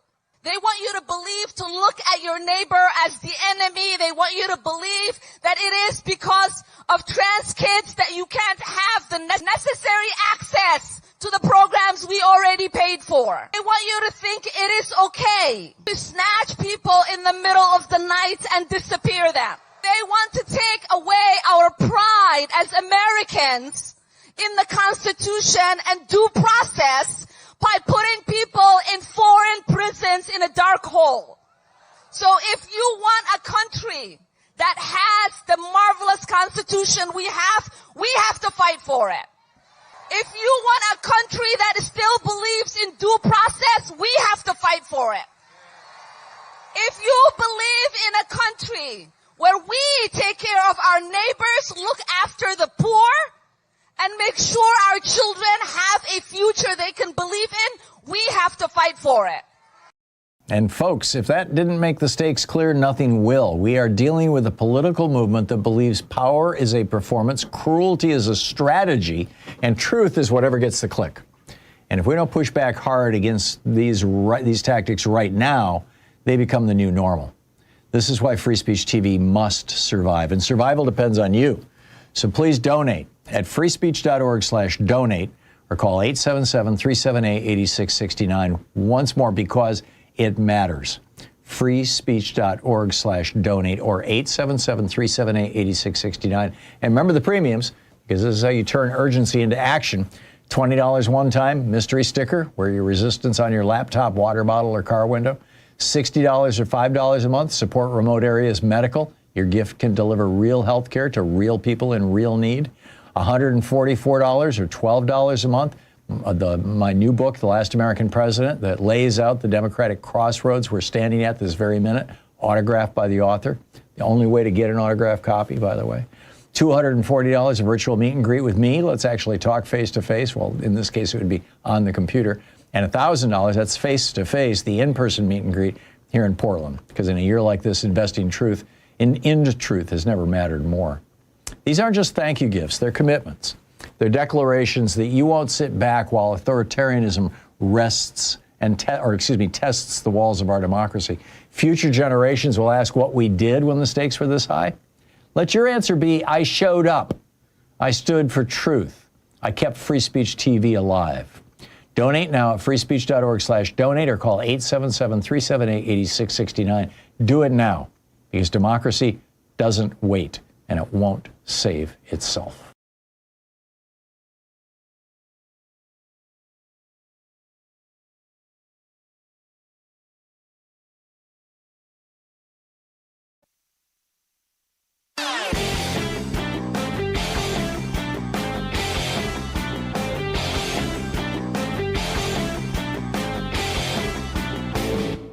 Share the Thom Hartmann program with your friends. Our podcast, The Hartmann Report, is absolutely free and available wherever fine podcasts are available. And the entire 3-hour podcast is available over at thomhartmann.com. So when a political party embraces violence as a political tool, what is the end game? Where does this lead? How does this work out? How does this end? We've seen this in other countries historically. In fact, we tend to refer to them as fascist countries. We saw it in Germany and Spain and Italy in the 30s. We saw it in the 60s in Chile with Pinochet. It appears to be happening now here in America as well. We have Republican politicians calling for violence, calling for civil war, preaching violence and not to mention the former president, Donald Trump, basically begging for violence to defend him. And how does this work out? It tends not to work out well. And there's a whole piece laying out all the details of this over at HartmannReport.com. It's titled, What is the End Game for a Party of Violence? Check it out.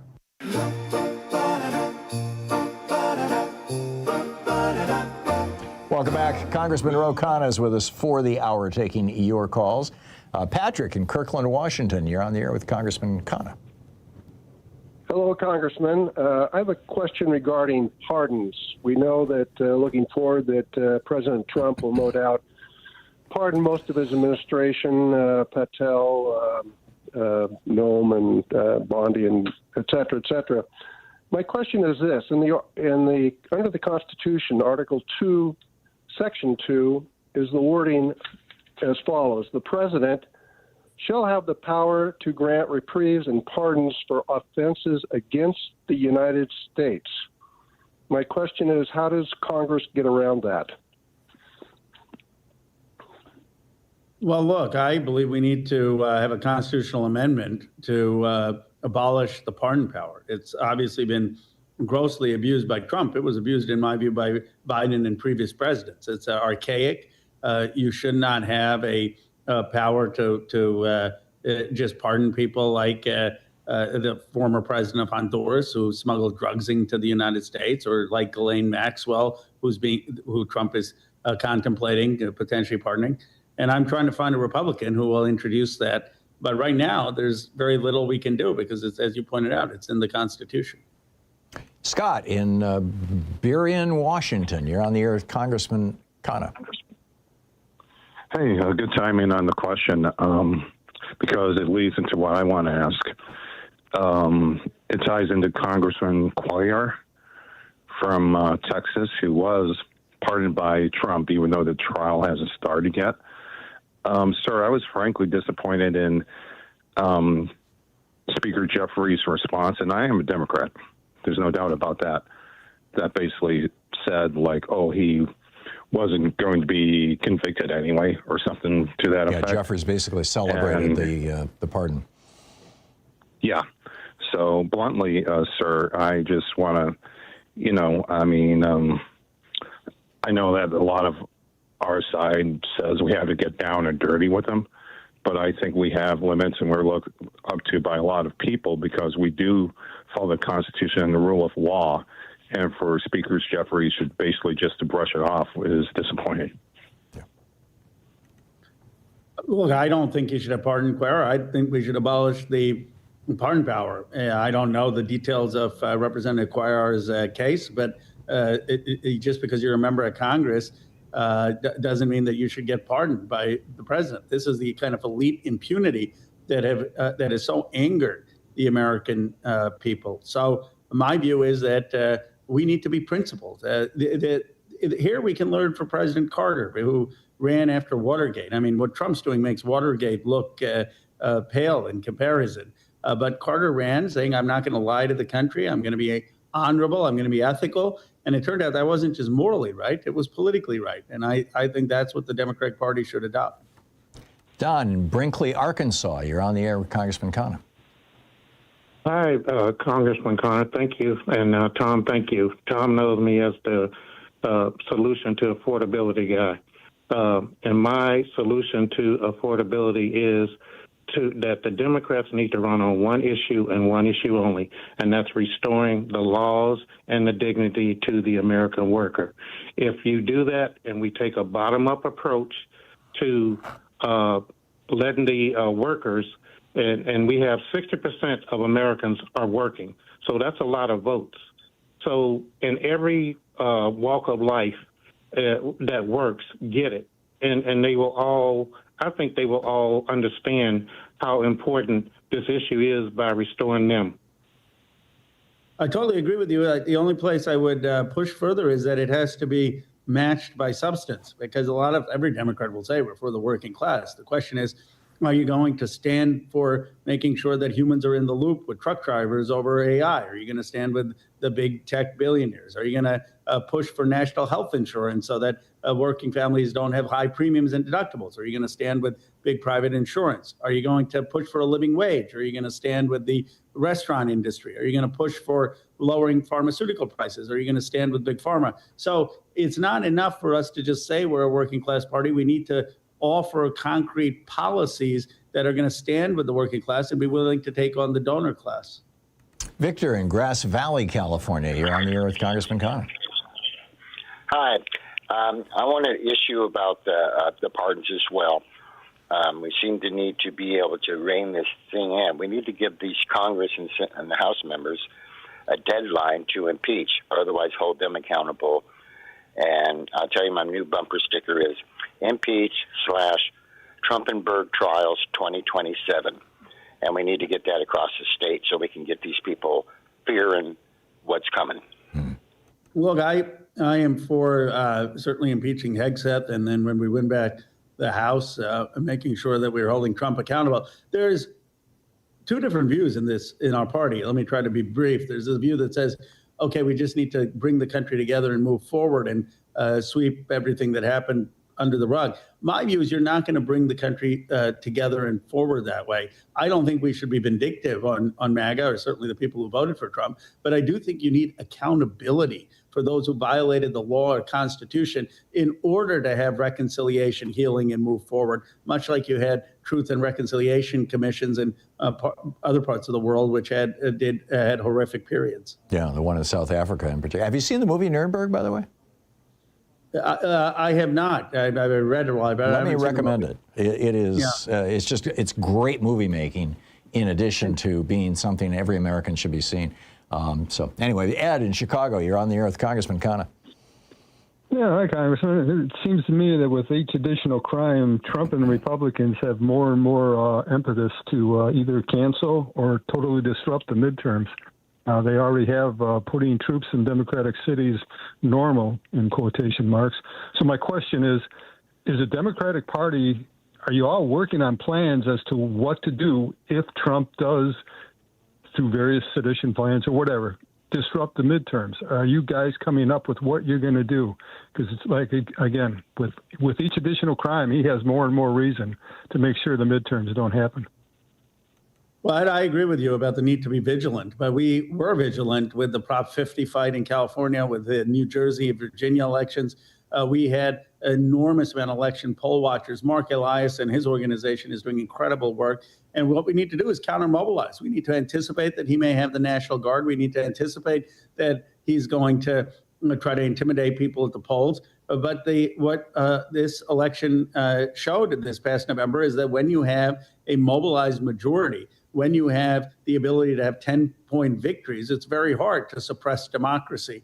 And it's a mobilization that is going to overcome his lawlessness. John in Bellingham, you're on the air with Congressman Khanna.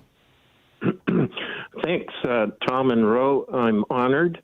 I have to agree with one of the past callers about Democrats adhering to the New Deal. And I'd say most of it is covered by you, Tom, in Rebooting the American Dream, which is a great book. And I just, this past year, read a book about the woman behind the New Deal. Frances What Perkins. a great story. Yeah. Frances Perkins. So your question for Congressman? My question is, why don't you offer a bill to outlaw day trading by Congress and their staff? I think it's a win-win with the American people because most Americans don't realize it's legal. And second of all, you would gather Americans no matter what their party. Thank you, John. I totally agree with you. There's two bipartisan bills that I'm a co-sponsor of, basically based on the Trust Act, that would ban members of Congress from trading and require them to be in trusts that are independently managed. And I think that's a perfectly reasonable thing. You know, my wife, whose immigrant father did very well, has money. It's in a trust. It's independently managed. And I don't understand why that isn't the standard where you don't have members of Congress trading. There you go. Congressman Ro Khanna is with us for the hour, taking your calls in a National Progressive Town Hall meeting. We'll be back with more of your calls for Representative Khanna, Vice Chair of the Congressional Progressive Caucus, in just a minute. Stay with us. You're listening to Thom Hartmann. Visit thomhartmann.com for audio and video archives. Khanna.house.gov, KHANNA.house.gov, and Rep Ro, R-O, Rep Ro Khanna over on Blue Sky and Twitter. We'll be right back.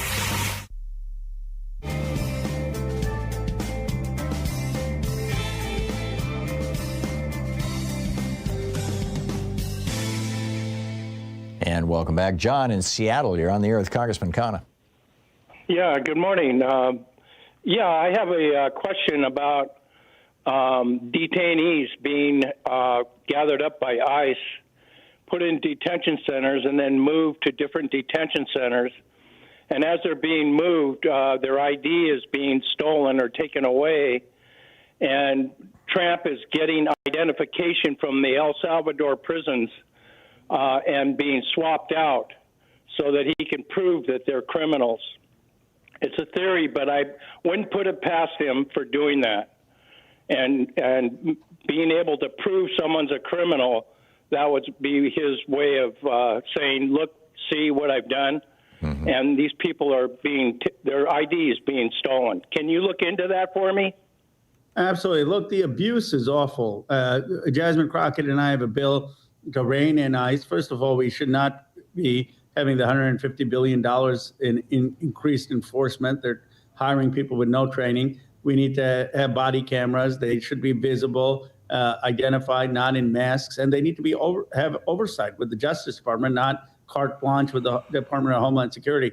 And, you're raising another issue about identity theft, but we need to hold ICE accountable. They've gone rogue. Patsy in Yakima, Washington. You're on the air with Congressman Khanna. Hi, Tom. Hi, Senator Khanna. My question is about the pardons. I am trying to find out if there is a way that can make it illegal that those who have paid for their pardons cannot be pardoned. Yeah, I would just eliminate the entire pardon power, but maybe we could have a constitutional amendment short of that says that if you made contributions or other things that you can't get a pardon. But I think the simplest is to abolish the power, or if you want to keep it, to require an independent agency that reviews it and has to be making a recommendation to the president before the president can grant it. But to just give the president total carte blanche to do it, which is what kings had, is an archaic vestige of the monarchy. Maria in Philadelphia, you're on the air with Congressman Khanna. Yeah, hi, Tom, hi, Congressman. So I know you're progressive, and I think that's great. I do, though, I have a concern where I'm wondering why only Al Green has been pushing to begin impeachment. Listen, I know the Republicans basically own everything right now, but somebody's got to keep pushing for it, and I'm trying to understand that. Also, the other thing I'm going to comment on is our tax dollars are basically being used by ICE. Our taxes are being used to attack us, okay, whether these people are here as immigrants. And nobody wants that. Very, very few people in this country, the worst of the worst, are okay with it. The rest of us don't want that. This needs to stop. So the level of corruption and criminality that's out in the open from this guy, and he keeps getting away with it. I just have a few seconds, Maria. Let's let Congressman Khanna respond to you. Maria, I share your outrage. I mean, they're using our tax dollars to split families and violate immigrants' rights here. They're using our tax dollars to kill innocents on boats in the Caribbean. And it is grounds for impeachment. The reason I think that we haven't brought it up is that losing the vote may further empower him. And we've got to first focus on winning back the House. We've got to be smart in making sure what actions we take actually are going to lead to less lawlessness, not more. There you go. We'll be back in 60 seconds, or maybe 70 or 75. Just a minute. I have to read a commercial over on the commercial side. We'll have a promo here, and we'll be right back with your calls for Congressman Khanna. Stick around.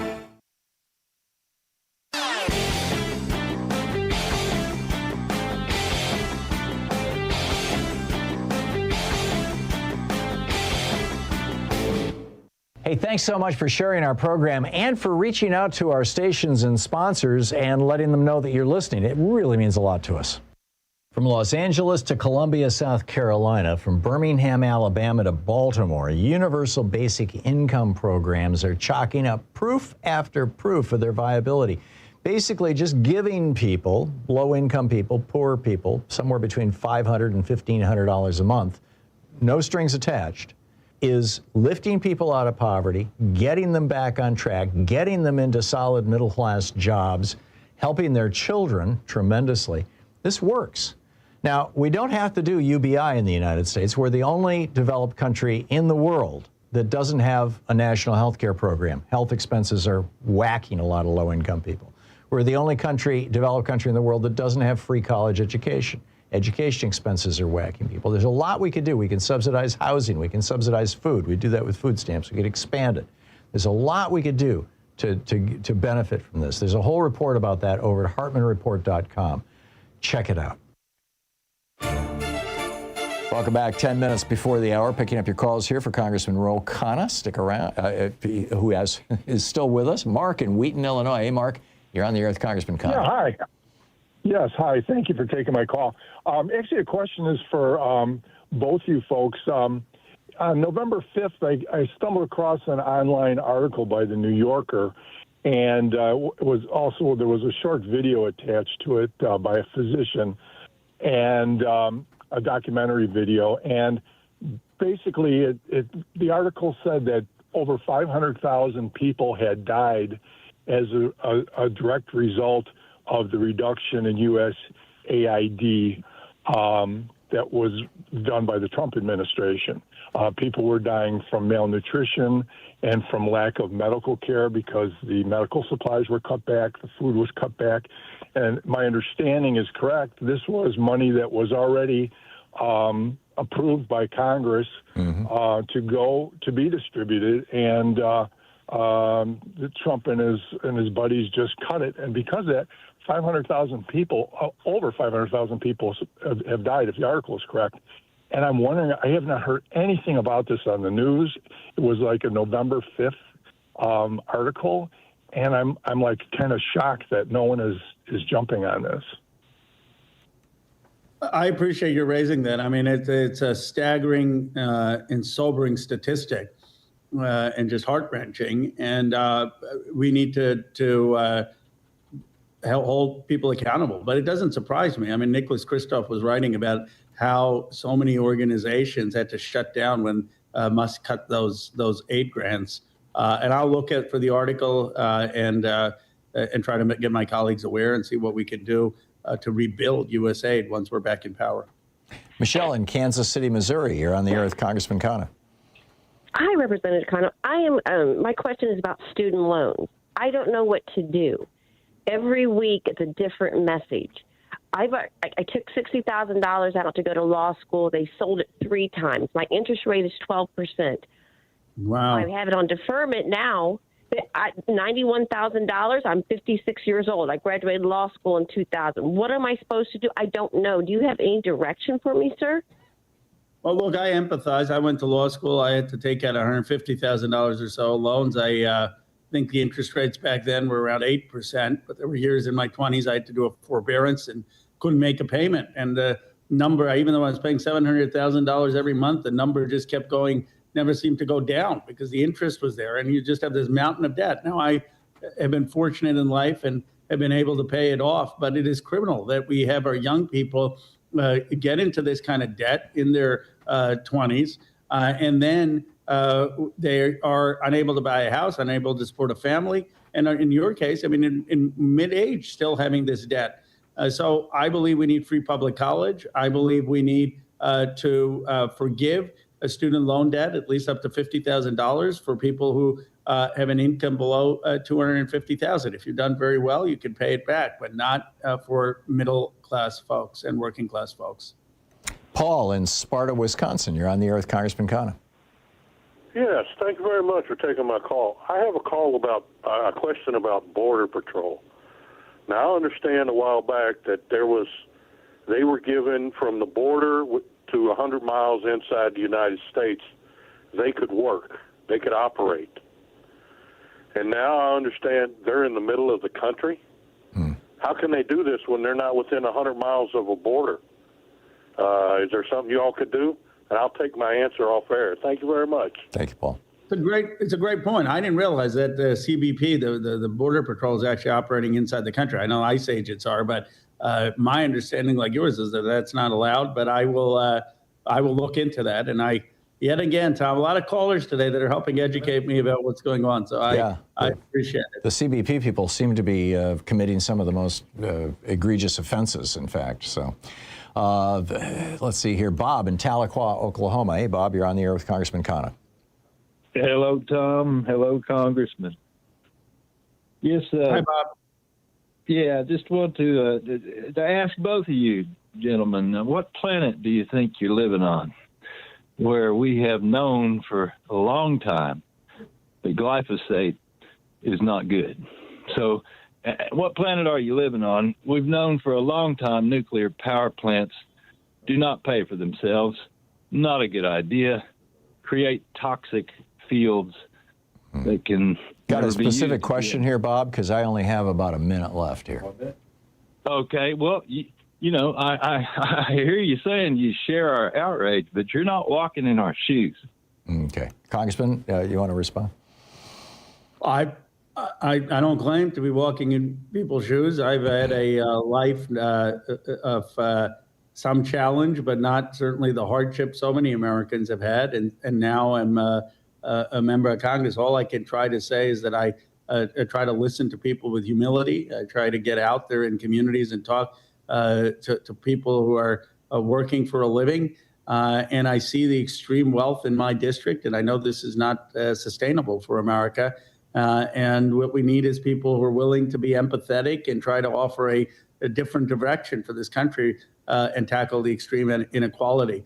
But I would never claim to have the same experience as someone who is currently struggling. All I can do is try to be empathetic and fight for them. And that's the work that you've been doing so long and that the Democrats are doing, and God bless you all. Congressman, thanks so much for dropping by. Thank you, Tom. Thanks for having me. Always a pleasure. Yeah, on this side, too. It's always a pleasure and an honor. We learn from you, too. Thank you. We'll be back on the other side of the break here. The FBI reveals that they're being pressured to investigate Democrats, really, and never seen anything like this. The U.S. vaccines. What's going on with this? Stick around. You're listening to Thom Hartmann. In addition to bringing you the Thom Hartmann program here on Free Speech TV and Video Media Online, we also have a whole set of ways you can interact with us and tools you can use to spread the word about the importance of democracy and the threats to it in our republic. First, there's your daily homework. Sue Nethercutt puts together a daily email newsletter that has a link to every story I discuss on the air, so you can find my sources and you can share them with your friends. It's free and you can sign up at thomhartmann.com. Second, I publish my daily take every day over at the hartmannreport.com website. That's also free if you want the daily 5 days a week rant in your inbox. No ads either. Third, we have the podcasts. There's the free 1-hour version of our daily show that's advertising supported. You can find that wherever you get your podcasts normally. And then there's also the podcast of the entire 3-hour show with no advertisements, and that's available by subscription over at thomhartmann.com. So check them all out at thomhartmann.com and hartmannreport.com.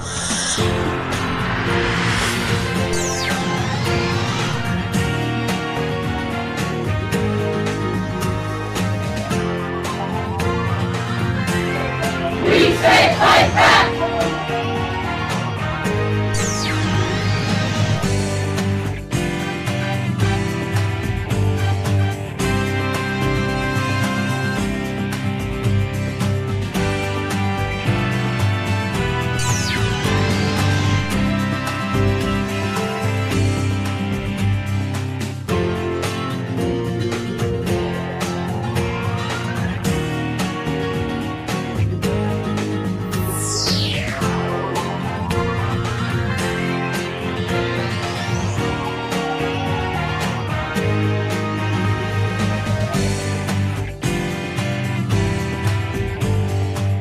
So let me level with you. We're not in a normal political moment, not even close. We're in a moment where leaders are turning cruelty into content, governance into spectacle, and democracy into a prop. And the scary part? They're counting on the public to get numb, tune out, and just accept it. That's exactly why supporting Free Speech TV is not optional right now. It's essential. And you can do that today at freespeech.org/donate or by calling 877-378-8669. Again, that's freespeech.org/donate or 877-378-8669. And because this moment demands urgency, we have some powerful ways to step up. $20 one time gets you a mystery sticker, a fun way to show you're on the side of truth, not tyranny. $60 or $5 a month gives you the option to support remote area medical, helping deliver free medical, dental, and vision care to underserved communities across the country. You can choose to send part of your gift directly to RAM instead of receiving a thank you gift. With $144 or $12 a month, you get my newest book, The Last American President, autographed by the author, a roadmap for understanding the stakes of this moment and the fight to preserve democracy. $240 joins our virtual Thom Hartmann meet and greet online. And with $1,000, it brings you the in-person meet and greet. You can come here to Portland, because if it was ever a year to show up big, this is it. Any one of these gifts starts at the same place, freespeech.org/donate or 877-378-8669. And look, this isn't hyperbole. When political leaders start using propaganda tactics, mocking critics, turning human lives into viral clips, and using culture as a weapon, that's how democratic norms erode. Not with tanks, but with memes. Not with decrees, but with dehumanization. Free Speech TV refuses to play that game. It refuses to bow to billionaires, corporations, or political intimidation. But refusing comes with a cost, and that cost is covered by you. So again, we need you right now. freespeech.org/donate or 877-378-8669. Folks, we are in a fight. We are in a fight for our democracy. We are in a fight for our Constitution. We are in a fight for our families. We are in a fight for the kind of future we want in this country. We are currently living through a president who wants to be a dictator. In America, we do not accept dictators and we do not accept kings. None of this is normal. We have to fight for our Constitution. No matter who you are, Donald Trump and corrupt congressional Republicans are coming for you. If you are a mother struggling to put food on the table, they are coming for you. They want you to believe, to look at your neighbor as the enemy. They want you to believe that it is because of trans kids that you can't have the necessary access to the programs we already paid for. They want you to think it is okay to snatch people in the middle of the night and disappear them. They want to take away our pride as Americans in the Constitution and due process by putting people in foreign prisons in a dark hole. So if you want a country that has the marvelous Constitution we have to fight for it. If you want a country that still believes in due process, we have to fight for it. If you believe in a country where we take care of our neighbors, look after the poor, and make sure our children have a future they can believe in, we have to fight for it. And folks, if that didn't make the stakes clear, nothing will. We are dealing with a political movement that believes power is a performance, cruelty is a strategy, and truth is whatever gets the click. And if we don't push back hard against these tactics right now, they become the new normal.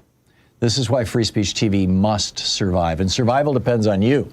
So please donate at freespeech.org/donate or call 877-378-8669 once more, because it matters. freespeech.org/donate or 877-378-8669. And remember the premiums, because this is how you turn urgency into action. $20 one time, mystery sticker, wear your resistance on your laptop, water bottle, or car window. $60 or $5 a month, support remote areas medical. Your gift can deliver real health care to real people in real need. $144 or $12 a month. My new book, The Last American President, that lays out the Democratic crossroads we're standing at this very minute, autographed by the author. The only way to get an autographed copy, by the way. $240 a virtual meet and greet with me. Let's actually talk face-to-face. Well, in this case, it would be on the computer. And $1,000, that's face-to-face, the in-person meet and greet here in Portland. Because in a year like this, investing truth into truth has never mattered more. These aren't just thank you gifts, they're commitments. They're declarations that you won't sit back while authoritarianism tests the walls of our democracy. Future generations will ask what we did when the stakes were this high. Let your answer be, I showed up. I stood for truth. I kept Free Speech TV alive. Donate now at freespeech.org/donate or call 877-378-8669. Do it now, because democracy doesn't wait, and it won't save itself.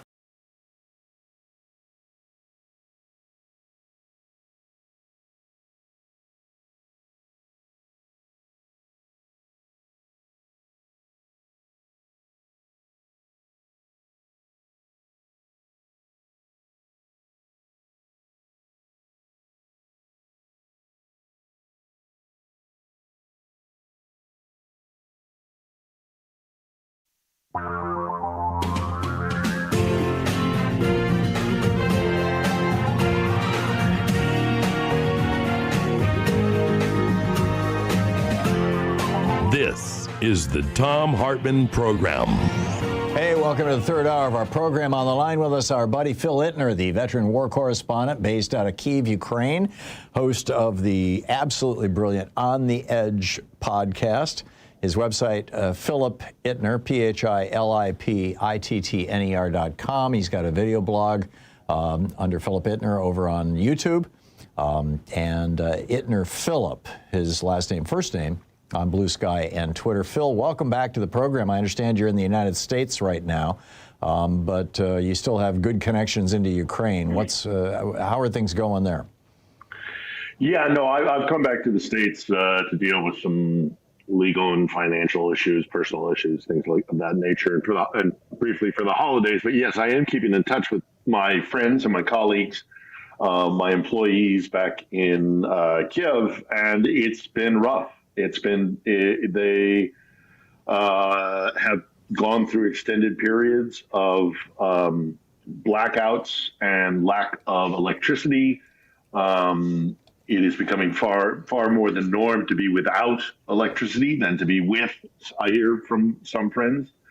Obviously targeted. The Russians are specifically attacking the heating and the water in cities around Ukraine, but in particular at the capital.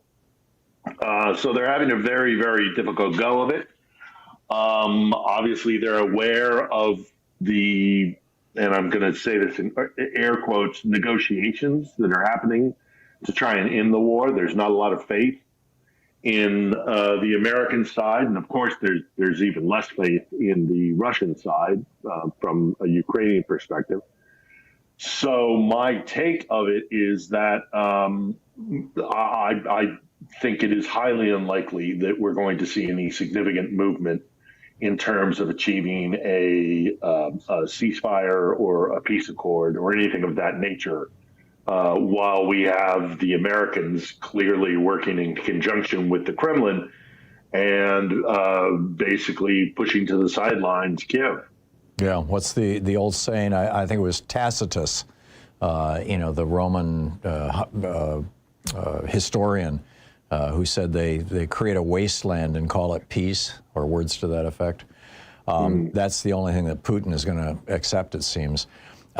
We keep hearing that Europe is going to do this, Europe is going to do that. America has not been sending weaponry. The Europeans are going to fill in the blanks. Europe is trying to buy things. Europe is, trying to do something with all this frozen Russian money. What's going on with all that? Well, this is another area where I'm hearing from my Ukrainian associates in which they are increasingly feeling let down, abandoned, betrayed, take your pick, when it comes to Western powers. And that's, not just America and the tidal shift that's happening in American politics and the power structure with the introduction of the MAGA movement, the Trump movement. Europe may not be going through as quite a drastic a change as that, but the Ukrainians are looking at the Europeans and saying there's a lot of frozen Russian money, ill-gotten gains that they are using in ways, to kind of finance their illegal trade in fossil fuels, and of course to also prosecute the war. And the Ukrainians are increasingly becoming frustrated that the Europeans are not just doing it. Just take the money. Make the bankers in Western Europe are worried about setting a precedent so that other investors will not feel safe putting their money into those bank accounts, because if the leadership of your country decides to engage in an illegal war, well, then there goes your money, even if you had nothing to do with the leader's decision. And so they don't want to set the precedent. That is the reluctance of the Europeans. The Ukrainians, in turn, and those who are proponents of the Europeans seizing these Russian assets, is that you make it a one-time thing.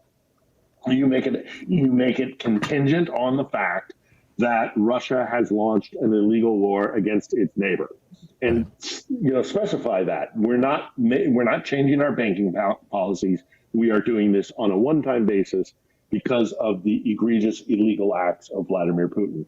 But it seems to be falling on deaf ears. There's not a lot of movement, and so the Ukrainians, yet again, as is their history throughout centuries, have found themselves at the whims of larger empires. Whether they're directly on their doorstep or whether or not these are global superpowers, Ukraine often, as has been the case in its history, gets short shrift because it's kind of kitty in the middle. Do you think there's any chance that Ukraine could fall to Russia? No. No, and I say that not with rose-colored eyes. Yeah. I say that because I've seen insurgencies. I was in Iraq during the American, occupation of Iraq, and I saw what an insurgency does. If you cannot win over the people's minds, there is a switch that happens in a society and in a culture where they just say, no, we deny abandoning our sovereignty. And yet that's not happening in the eastern provinces that Russia has held for several years now. It's not happening in Crimea, is it?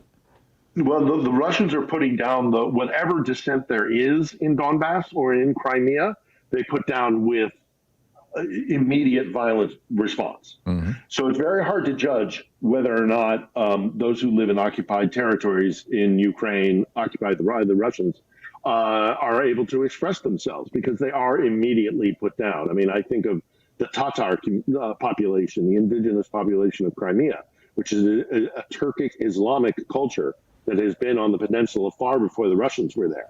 And the Russians are forcing them not to speak their own language, not to gather in religious observances. They have, to the best of our knowledge, completely disbanded and imprisoned members of the legislative body that is an independent legislative body that Kiev gave powers to, sovereignty powers to, because they are Crimean Tatar. They are a local indigenous people. The Russians want to have nothing to do with that. They're just shutting down Crimea. And we hear stories about people who escape from occupied Donbass, and they come back telling terrible stories of well-publicized and well-known torture centers within these occupied territories. And I stress that they're well-known, and it's popularized that the Russians have these torture centers because that's the intent.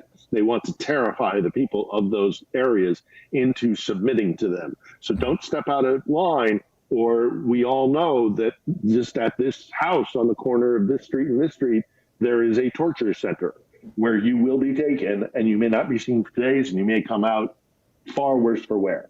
And that's purposeful because that's part of the way that Russia subdues that territory. So it's very hard for us to judge whether or not, the people of those lands sincerely have decided to side with Russia. Right. No, I totally get it. We're talking with Phil Ittner, the veteran war correspondent based out of Kyiv, Ukraine. PhilipIttner.com, the website. Phil,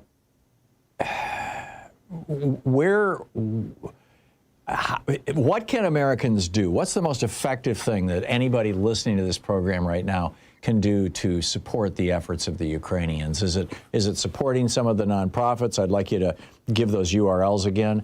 Or is it calling Congress and raising hell? I mean, what are your suggestions? In a very tangible way, the first thing you can do is get in touch with organizations that are giving tangible help to Ukraine. This is grassroots movement, so it's not going to change everything, but it does a number of things. First, it keeps the flow of equipment coming in. Secondly, it reminds Ukrainians that even if politicians in capitals around the Western world are not doing their job properly, the people have support for the Ukraine. And that is immeasurably important, that they know that there are Westerners who still support them. And you're right. I work with a group called Cars for Ukraine. You just Google it, Cars for Ukraine. There's the Ukrainian Children's Action Project, which I often work in conjunction with Dr. Erwin Redliner and his wife, who head up that operation, focusing primarily on the most vulnerable of all in Ukraine, the children. And so that's the Ukrainian Children's Action Project with Dr. Erwin Redliner. I can personally attest for those two. But there are a number of other support groups. If you just go back and look at some of my videos, I've had on activists repeatedly, Rick the Ukrainian, who raises money for individual first aid kits, which saves lives on the daily. trying to get vehicles in there. I've talked to people who are driving in old, beaten up pickup trucks because, more likely than not, they're going to be destroyed on the front line. But in the meantime, they might be able to usher out a couple of the injured and get them to a medical facility, before they get blown up. And as far as the other thing that you can do, yes, absolutely go and talk to your elected official and let them know that this is something important to you, and that continued support for Ukraine is essential not only for the Ukrainians themselves and not only for the ethics of it, and also to push back against Russian aggression, but also because it's in our interest. It is in our interest that Ukraine remains sovereign and that Europe remains sovereign from an increasingly threatening Russia. Yeah, amen.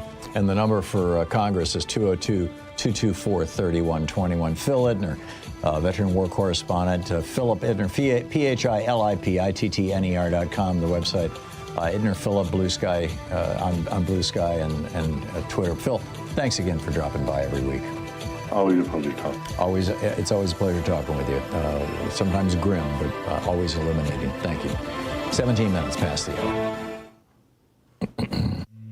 This is the Thom Hartmann Program. The FBI reveals they're being pressured to investigate Democrats and vaccines. And a senior official says, I've never seen anything like this. I'll tell you about that right after this.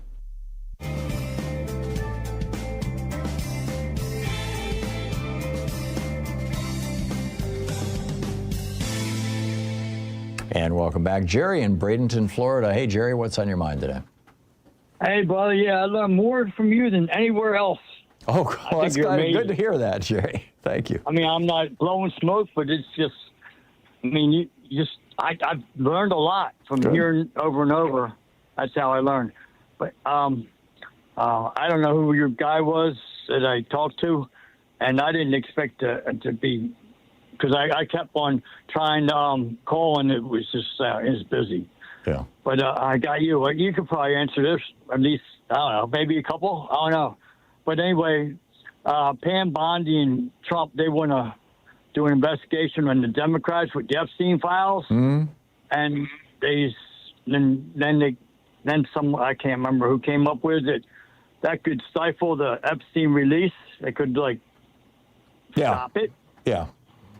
Yeah, on December 15th, I think it is. I could be wrong. It might be the 19th, but sometime in the next week or so, Congress is supposed to receive from the administration all of the Epstein files that they have, that Trump and Bondi and Patel have been basically hiding from us. These were the files that were subpoenaed by the House Oversight Committee back months ago.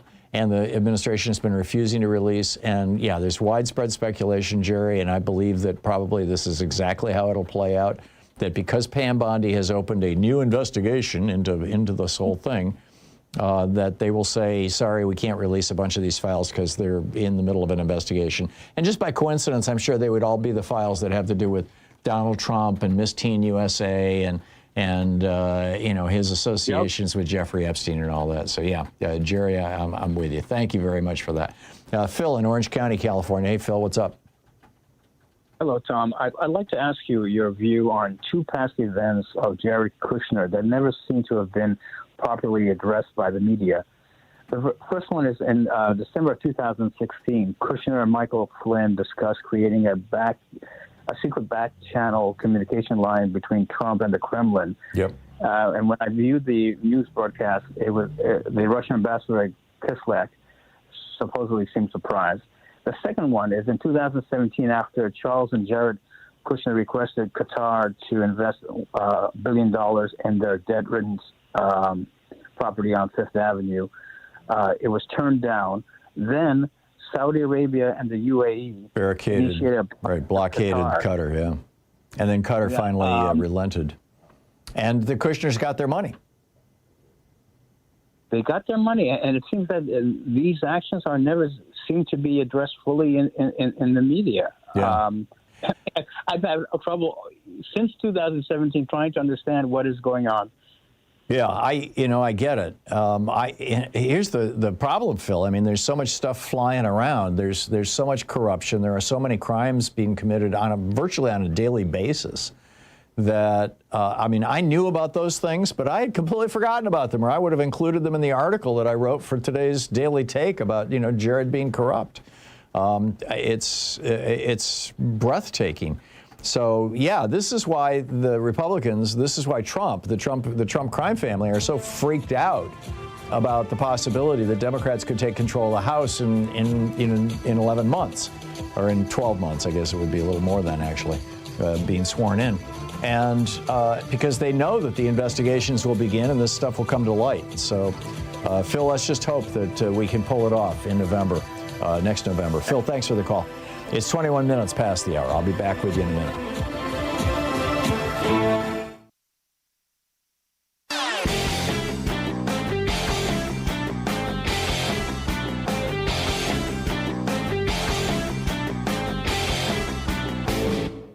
Missed my opening rant today? It's usually published over at HartmannReport.com, where you can read it and share it with your friends for free. Check it out, HartmannReport.com.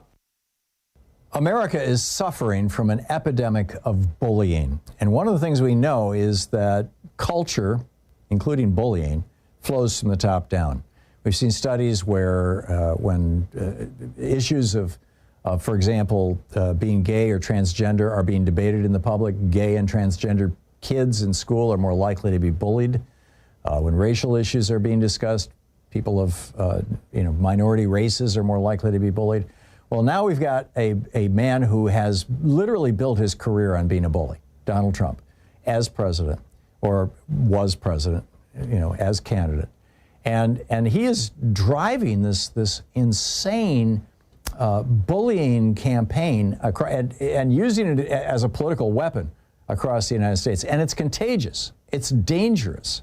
There's an entire article about it over at HartmannReport.com titled "America's New Epidemic, a Nation Overrun by Bullies." Check it out.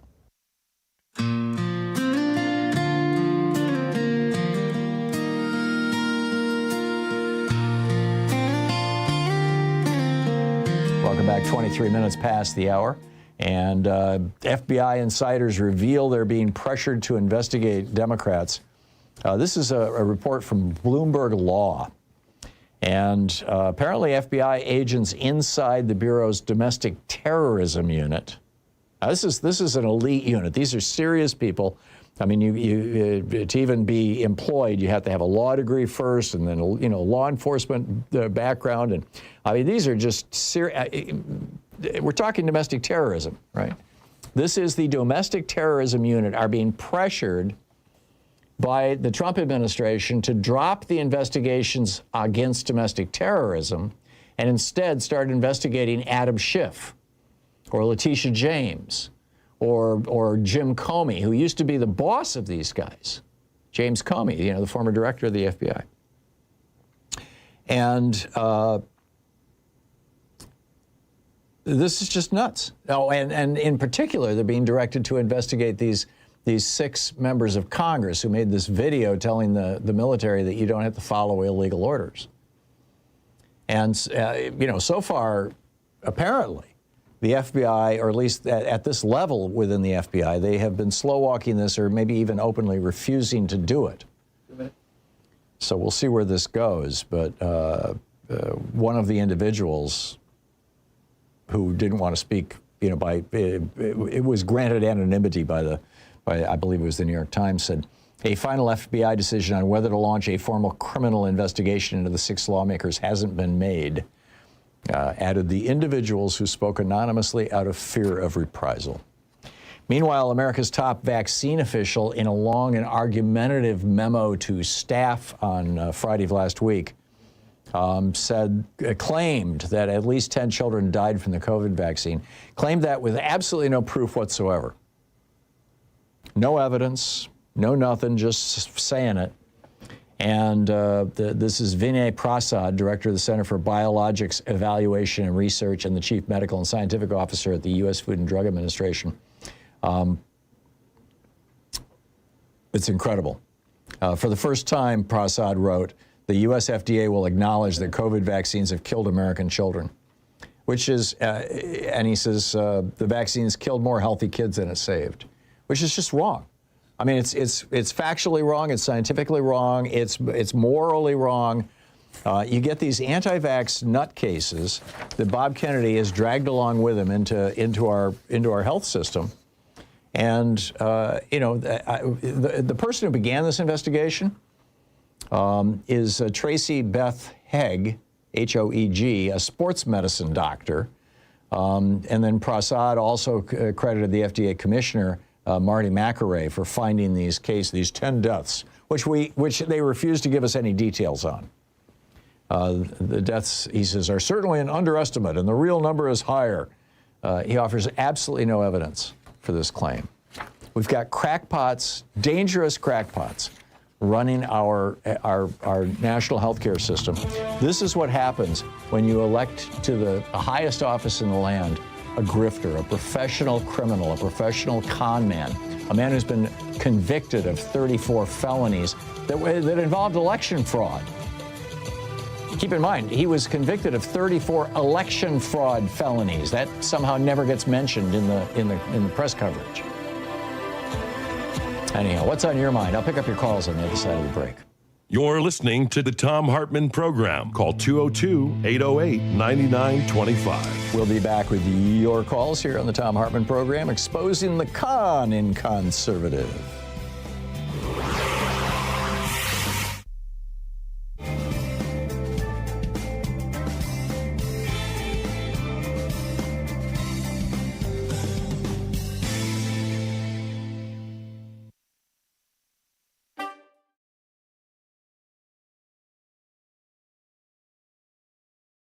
So let me level with you. We're not in a normal political moment, not even close. We're in a moment where leaders are turning cruelty into content, governance into spectacle, and democracy into a prop. And the scary part? They're counting on the public to get numb, tune out, and just accept it. That's exactly why supporting free speech TV is not optional right now. It's essential. And you can do that today at freespeech.org/donate or by calling 877-378-8669. Again, that's freespeech.org/donate or 877-378-8669. And because this moment demands urgency, we have some powerful ways to step up. $20 one time gets you a mystery sticker, the fun way to show you're on the side of truth, not tyranny. $60 or $5 a month gives you the option to support remote area medical, helping deliver free medical, dental, and vision care to underserved communities across the country. You can choose to send part of your gift directly to RAM instead of receiving a thank you gift. With $144 or $12 a month, you get my newest book, The Last American President, autographed by the author, a roadmap for understanding the stakes of this moment and the fight to preserve democracy. $240 joins our virtual Thom Hartmann meet and greet online. And with $1,000, it brings you the in-person meet and greet.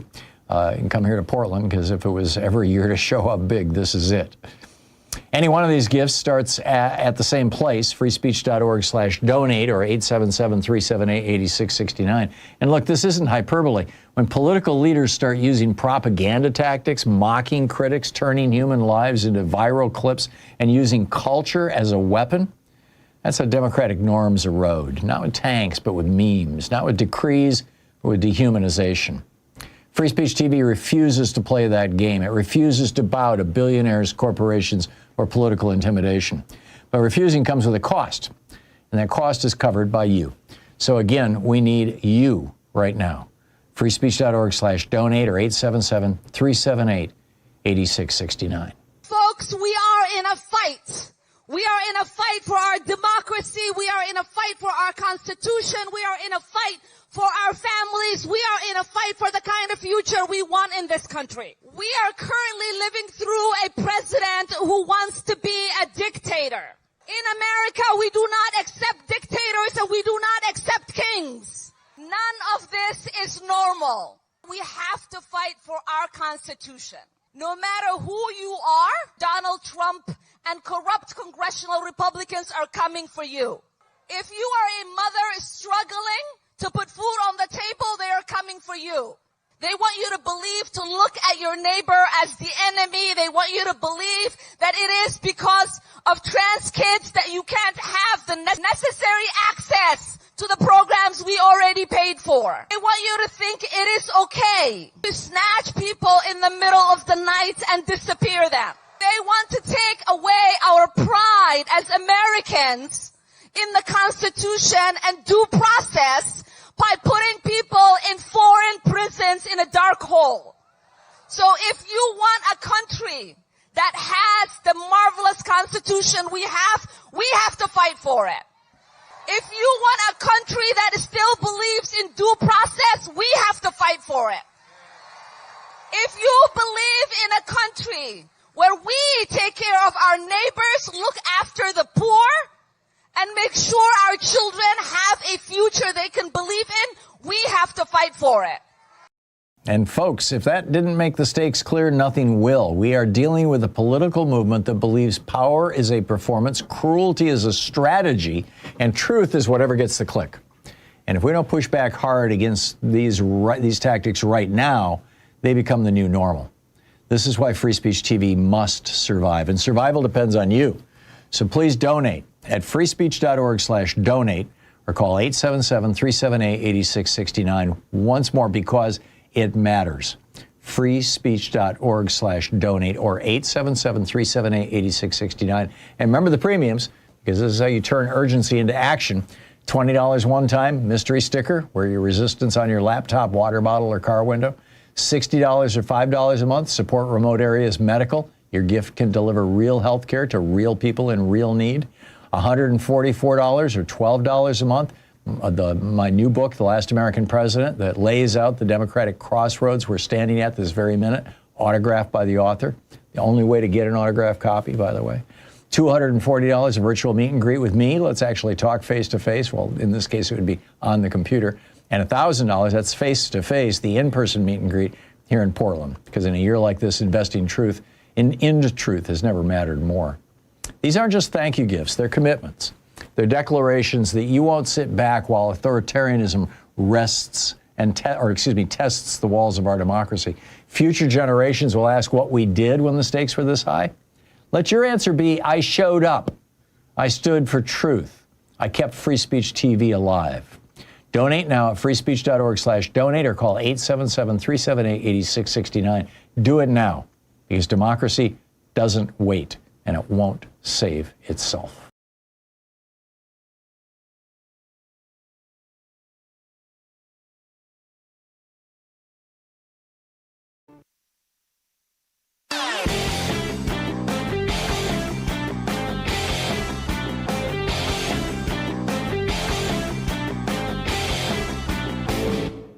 Help support progressive radio. If you're listening to us on a commercial station, call their advertisers and let them know you're listening. If you're listening to us on Pacifica, or one of our many nonprofit stations, please support them when they do their fundraising drives. Thanks for supporting progressive talk radio, and tag you're it. They called it blood libel, what the Germans were doing against the Jews, claiming that they were using the blood of Christian children to make their matzah. We've got a new blood libel now here in the United States. J.D. Vance and Donald Trump lying through their teeth, arguing that black Haitian immigrants to the United States, legal immigrants with green cards in this little town in Ohio, are eating pets. This is another libel that goes way back. In the 1890s, people were claiming German and Dutch immigrants were eating pets. Then they claimed in the 1880s, and actually as recently as last year, a restaurant got shut down in California because of claims that they were serving pets. They weren't. But it was an Asian restaurant. This is just evil stuff, these lies and spreading this kind of hate. And this is now the strategy that the Republicans are using. There's a whole article about it at HartmannReport.com. Hate as a political weapon. Check it out.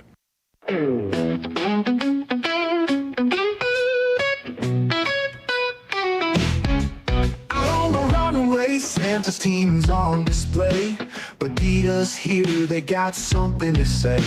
Rudolph needs hay that's organic and clean, and a cruelty-free harness with a vegan sheen. Run, Rudolph, Peter's on your trail. They're checking those antlers, your diet can't fail. Run, Rudolph, no stress on that sleigh. We'll shut Santa down if you're not okay. Santa, grab the 35 minutes past the hour. Welcome back. Picking up your calls here, Marshita in Salinas, California. Hey, Marshita, what's on your mind today? Well, my name is Marquita. Marquita, my apologies. I'm calling because I have a missing son. And I talked to my son about a year ago, November. He called me about 11:30 at night to tell me that some terrible stuff was going on out in the street. And he lives in Hartford, Connecticut. Well, Tom, I haven't heard from him, and it's now a year since that night. And I feel that he had a lot of Latino friends. He looked like a Latino, but he's black, white, and Indian. And we have that light complexion. And I feel that he was taken by ICE. I haven't heard from him. I went to the phone company to find out if he had a phone anymore. He didn't have a phone. He hasn't called me in a whole year. His birthday, everything has gone by. And I think that he was taken. Did you call the police in the city where he was last known to be? One of my sons called, and they said that they didn't have anything, that they hadn't picked him up or anything. Yeah. Have you called your member of Congress to ask if they can look into whether ICE may have something to do with this? Well, that's why I'm calling you, because I wanted to find out if you could give me some good suggestions, because it's hard for me to call because I'm really upset about this. And so, I get it. I want you to tell me who you think I should be calling. Well, because he lives in Connecticut. Right. I live here in California. Right. Do you know who represents you in the House of Representatives? I think that lady from up near San Jose, she was on the committee when they were had Trump. Here's what you do, Marquita. Call 202-224-3121. And you can give them your zip code, and they will tell you the name of your representative and then connect you with her or his office. You can also call both. I would also suggest you call both of your senators. It's all the same phone number, 202-224-3121.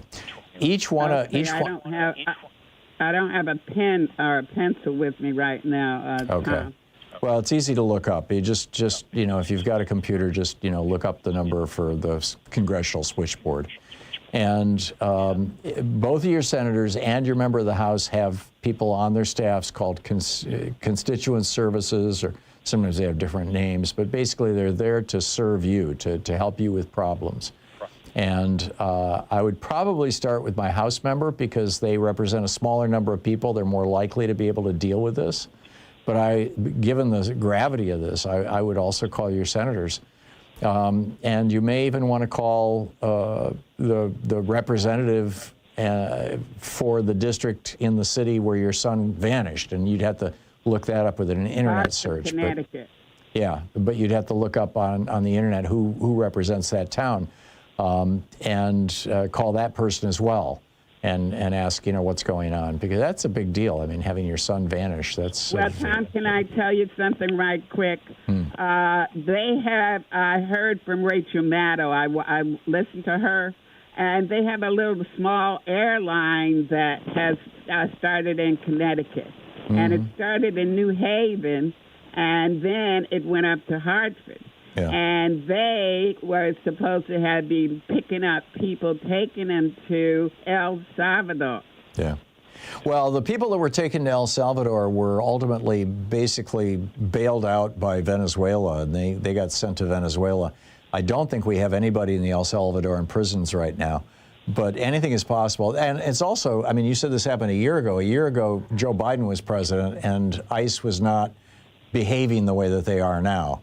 So they were, because I listen to your show all the time, Free Speech. I've been listening for over 2 years, and also I would be listening to Rachel Maddow and them, and they were picking up people then. Because see, that's how I found out about this little airline, because they wanted. I get that. I get that, but it's like this. This should be treated as a missing persons case, too. I would also call the state police in Connecticut as well as the city's police And I would call every couple of weeks and say, you know, do you have any update on my son? I mean, you know, just start being persistent. Become you know, what's the old saying? The squeaky wheel gets the oil. You know, become a thorn in their side. Marquita, I have to move along, but I wish you the very best on this and keep us up to date, okay? All right. Thank you, Tom. Thank you.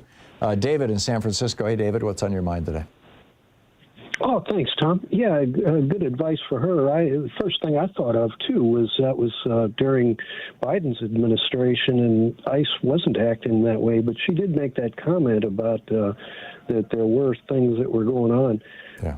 So, yeah, something's involved with that date. You know, what I'm interested in, I heard you doing the interview with about Ukraine with Phil, and Project 2025 is certainly behind almost all of this stuff. And here we have Christmas coming up.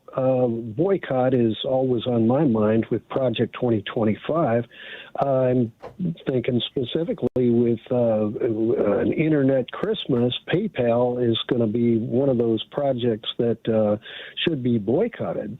And if any of the listeners are about to buy some stuff, avoid using PayPal. That's Peter Thiel.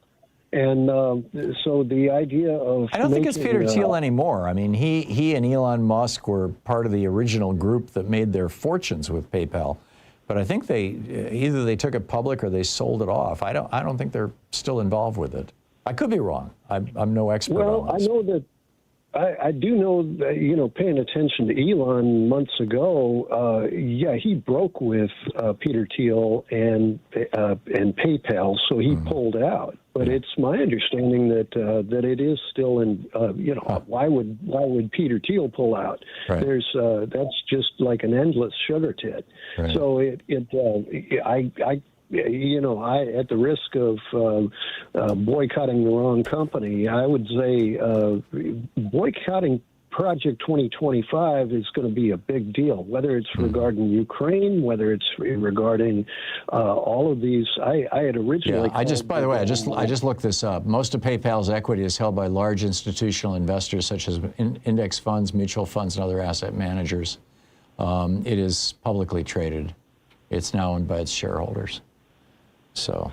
Well, I wonder if their press people would have something to say about it, because, you know, Project 2025 is kind of squirrely. They really don't want their names out there because boycott is an obvious. Well, it's the Heritage Foundation, actually. You know, they're fairly Kevin Roberts, you know, the head guy. I mean, they're quite proud of it, actually.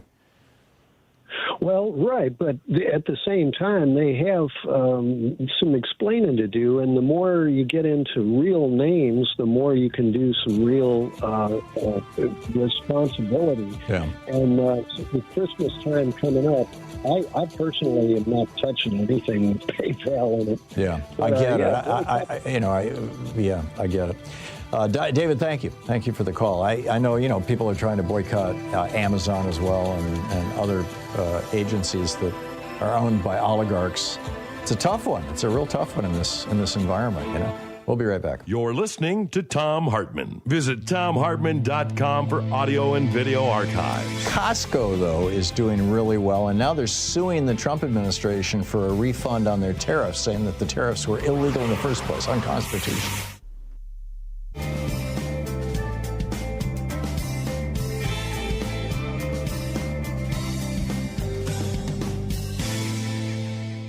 And welcome back. Johan in Los Angeles. Hey, Johan, what's on your mind today?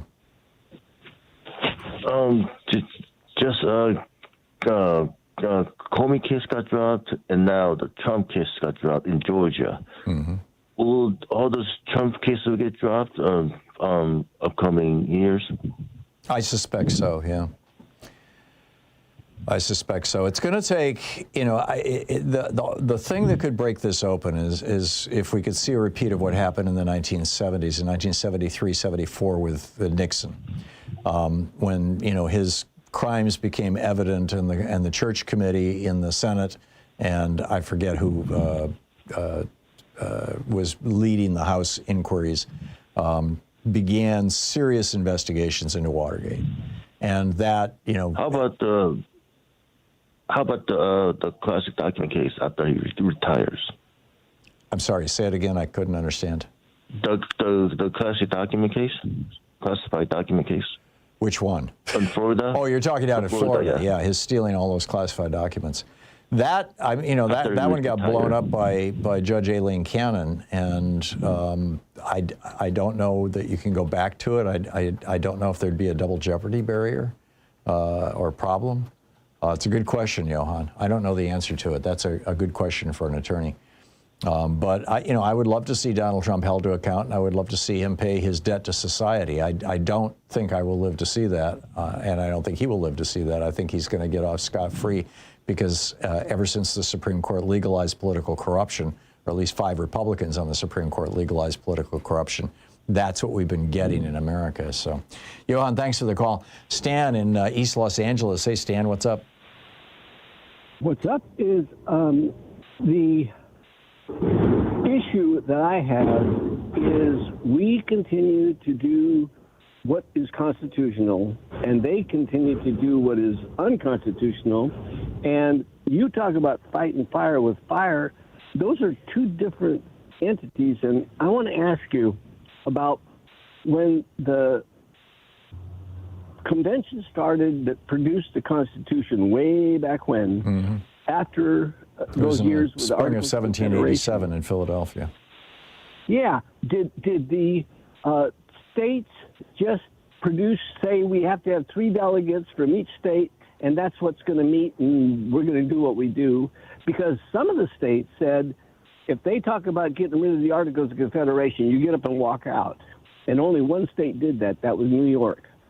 So New York isn't represented in the original setting of the Constitution, sending it to be ratified.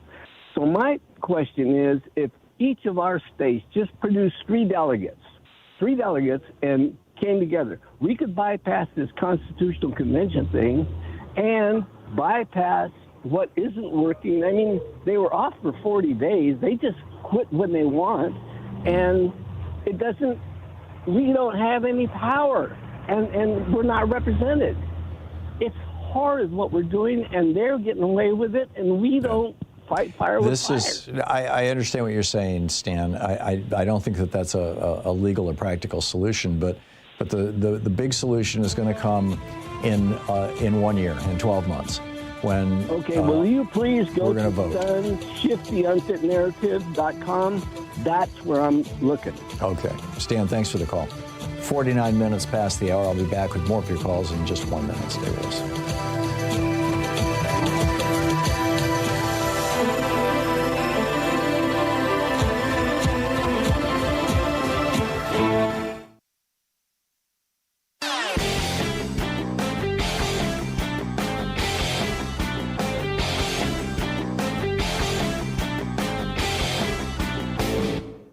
Hey, Thom Hartmann here. KBCS is hosting me out at Town Hall Seattle with special guest Katie Wilson on Saturday, December 6th. I'll be discussing my new book, The Last American President, speaking to the day's most pressing issues, and have a Q&A and book signing. You can get tickets now at kbcs.fm.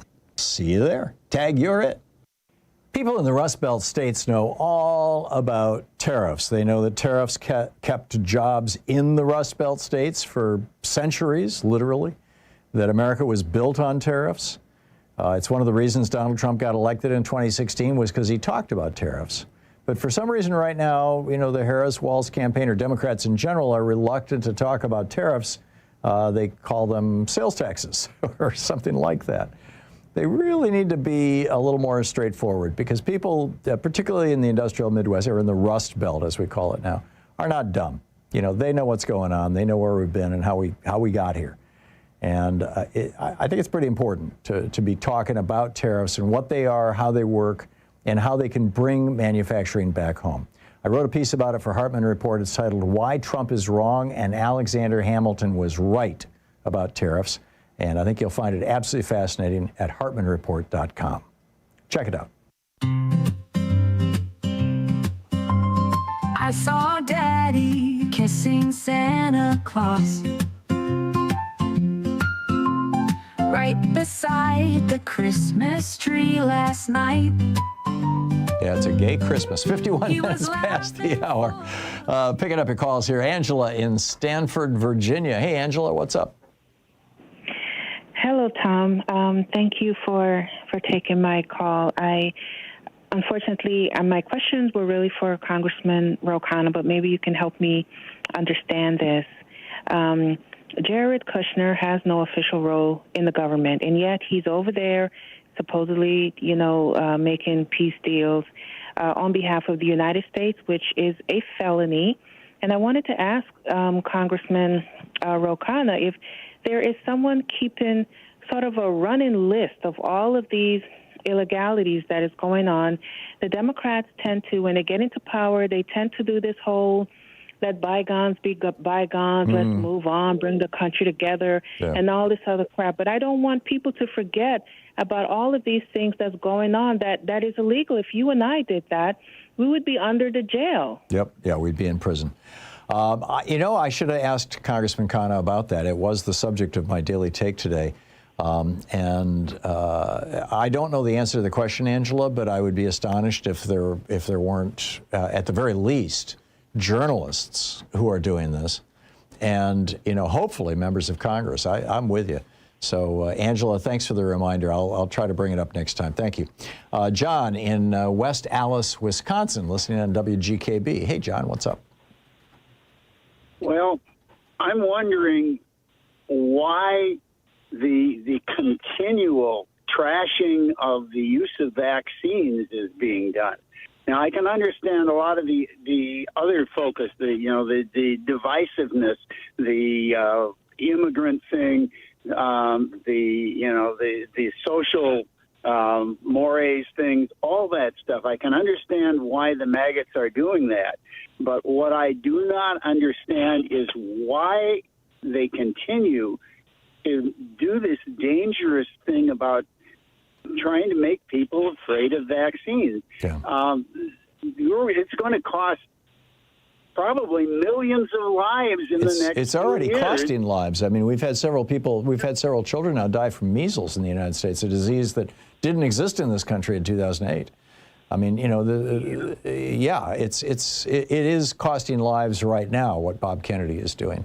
And I can't explain it, John. I really can't. I mean, I had Bob on my program, on this program, many times years ago, and we talked about vaccines a number of times. And he sounded rational at that time. He was like, well, I'm concerned that we're giving, 3 shots with MMR at too early an age, and we should probably space them out by 6 months. But all my kids are vaccinated, and I support vaccines. I mean, these are pretty much verbatim quotes from Bob Kennedy. But then, we learned that no, actually, all along he's been in this weird kind of netherworld of anti-vax, weird alternative health hysteria. And whether it's, the only thing that he's found that can get him power and money and fame, and thus, I don't know, access to pretty ladies or something. I don't have any, I don't know. Maybe he decided that being an environmental lawyer, wouldn't cut it in the age of Trump. And so he had to, pull out something else. I just don't understand it, John. I really don't. I'm sorry, I can't give you an easy answer. Doug in Portland. Hey, Doug, what's on your mind today? Hi, Tom. I had one thought I wanted to share, which is just that it's so hard to keep on keeping on in this world.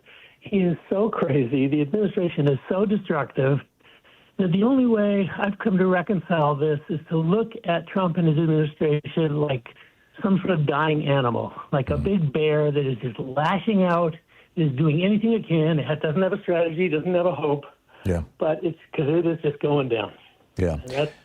Robert Reich today in his Substack newsletter, which is excellent and I highly recommend, talked about how he's just a few months older or younger than Donald Trump. They're about the same age. They're both pushing 80. And he said, you know, one of the things that he's noticed is that his filter has diminished. He's more likely to blurt things out, you know, unpleasant truths, you know, to people than be diplomatic. And it's obvious that Trump is losing his filter. I mean, going off on that racist screed yesterday about Somalis and Ilhan Omar. Yep. You know, what we're seeing now is the real Donald Trump. We're seeing this angry, petulant, emotionally stunted, racist bigot, you know, who thinks he's the center of the universe. And it's tragic. He happens to be one of the most powerful men in the world. Yeah, exactly. But I think it's going to be his undoing. I really do. I think most of the American people, even those who vote Republican, are basically decent, and they don't want this kind of indecency, this kind of you know, obscene behavior on the part of the president. So, you know, I'm hopeful. Doug, thanks for the call. I get it. I totally get it. Thanks for being with us today. We'll be back tomorrow, same time, same place. In the meantime, don't forget, democracy is not a spectator sport. It requires all of us. That includes you. So get out there, get active, tag you're in. Have a great afternoon. Be good to yourself and the folks around you. Stay safe. Spread the good word about our program and other good progressive news sources. You want to be sharing those with your friends during the holidays when you get together. And I'll catch up with you tomorrow.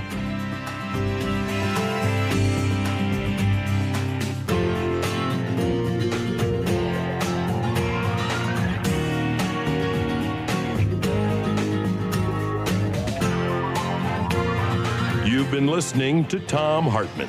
For audio and video archives, visit thomhartmann.com.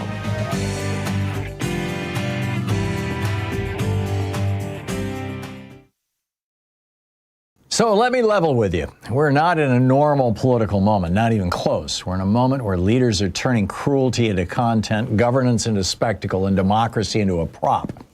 And the scary part? They're counting on the public to get numb, tune out, and just accept it. That's exactly why supporting free speech TV is not optional right now. It's essential. And you can do that today at freespeech.org/donate or by calling 877-378-8669. Again, that's freespeech.org/donate or 877-378-8669. And because this moment demands urgency, we have some powerful ways to step up. $20 one time gets you a mystery sticker, a fun way to show you're on the side of truth, not tyranny. $60 or $5 a month gives you the option to support remote area medical, helping deliver free medical, dental, and vision care to underserved communities across the country. You can choose to send part of your gift directly to RAM instead of receiving a thank you gift. With $144 or $12 a month, you get my newest book, The Last American President, autographed by the author, a roadmap for understanding the stakes of this moment and the fight to preserve democracy. $240 joins our virtual Thom Hartmann meet and greet online. And with $1,000, it brings you the in-person meet and greet. You can come here to Portland, because if it was ever a year to show up big, this is it. Any one of these gifts starts at the same place, freespeech.org/donate or 877-378-8669. And look, this isn't hyperbole. When political leaders start using propaganda tactics, mocking critics, turning human lives into viral clips, and using culture as a weapon, that's how democratic norms erode. Not with tanks, but with memes. Not with decrees, but with dehumanization. Free Speech TV refuses to play that game. It refuses to bow to billionaires, corporations, or political intimidation. But refusing comes with a cost, and that cost is covered by you. So again, we need you right now. freespeech.org/donate or 877-378-8669. Folks, we are in a fight. We are in a fight for our democracy. We are in a fight for our Constitution. We are in a fight for our families. We are in a fight for the kind of future we want in this country. We are currently living through a president who wants to be a dictator. In America, we do not accept dictators and we do not accept kings. None of this is normal. We have to fight for our Constitution. No matter who you are, Donald Trump and corrupt congressional Republicans are coming for you. If you are a mother struggling to put food on the table, they are coming for you. They want you to believe, to look at your neighbor as the enemy. They want you to believe that it is because of trans kids that you can't have the necessary access to the programs we already paid for. They want you to think it is okay to snatch people in the middle of the night and disappear them. They want to take away our pride as Americans in the Constitution and due process by putting people in foreign prisons in a dark hole. So if you want a country that has the marvelous Constitution we have to fight for it. If you want a country that still believes in due process, we have to fight for it. If you believe in a country where we take care of our neighbors, look after the poor, and make sure our children have a future they can believe in, we have to fight for it. And folks, if that didn't make the stakes clear, nothing will. We are dealing with a political movement that believes power is a performance, cruelty is a strategy, and truth is whatever gets the click. And if we don't push back hard against these tactics right now, they become the new normal. This is why Free Speech TV must survive, and survival depends on you. So please donate at freespeech.org/donate or call 877-378-8669 once more, because it matters. freespeech.org/donate or 877-378-8669. And remember the premiums, because this is how you turn urgency into action. $20 one time, mystery sticker, wear your resistance on your laptop, water bottle, or car window. $60 or $5 a month, support remote areas medical. Your gift can deliver real health care to real people in real need. $144 or $12 a month. My new book, The Last American President, that lays out the Democratic crossroads we're standing at this very minute, autographed by the author. The only way to get an autographed copy, by the way. $240, a virtual meet and greet with me. Let's actually talk face-to-face. Well, in this case, it would be on the computer. And $1,000, that's face-to-face, the in-person meet and greet here in Portland. Because in a year like this, investing truth into truth has never mattered more. These aren't just thank you gifts, they're commitments. They're declarations that you won't sit back while authoritarianism tests the walls of our democracy. Future generations will ask what we did when the stakes were this high. Let your answer be, I showed up. I stood for truth. I kept Free Speech TV alive. Donate now at freespeech.org/donate or call 877-378-8669. Do it now, because democracy doesn't wait, and it won't save itself.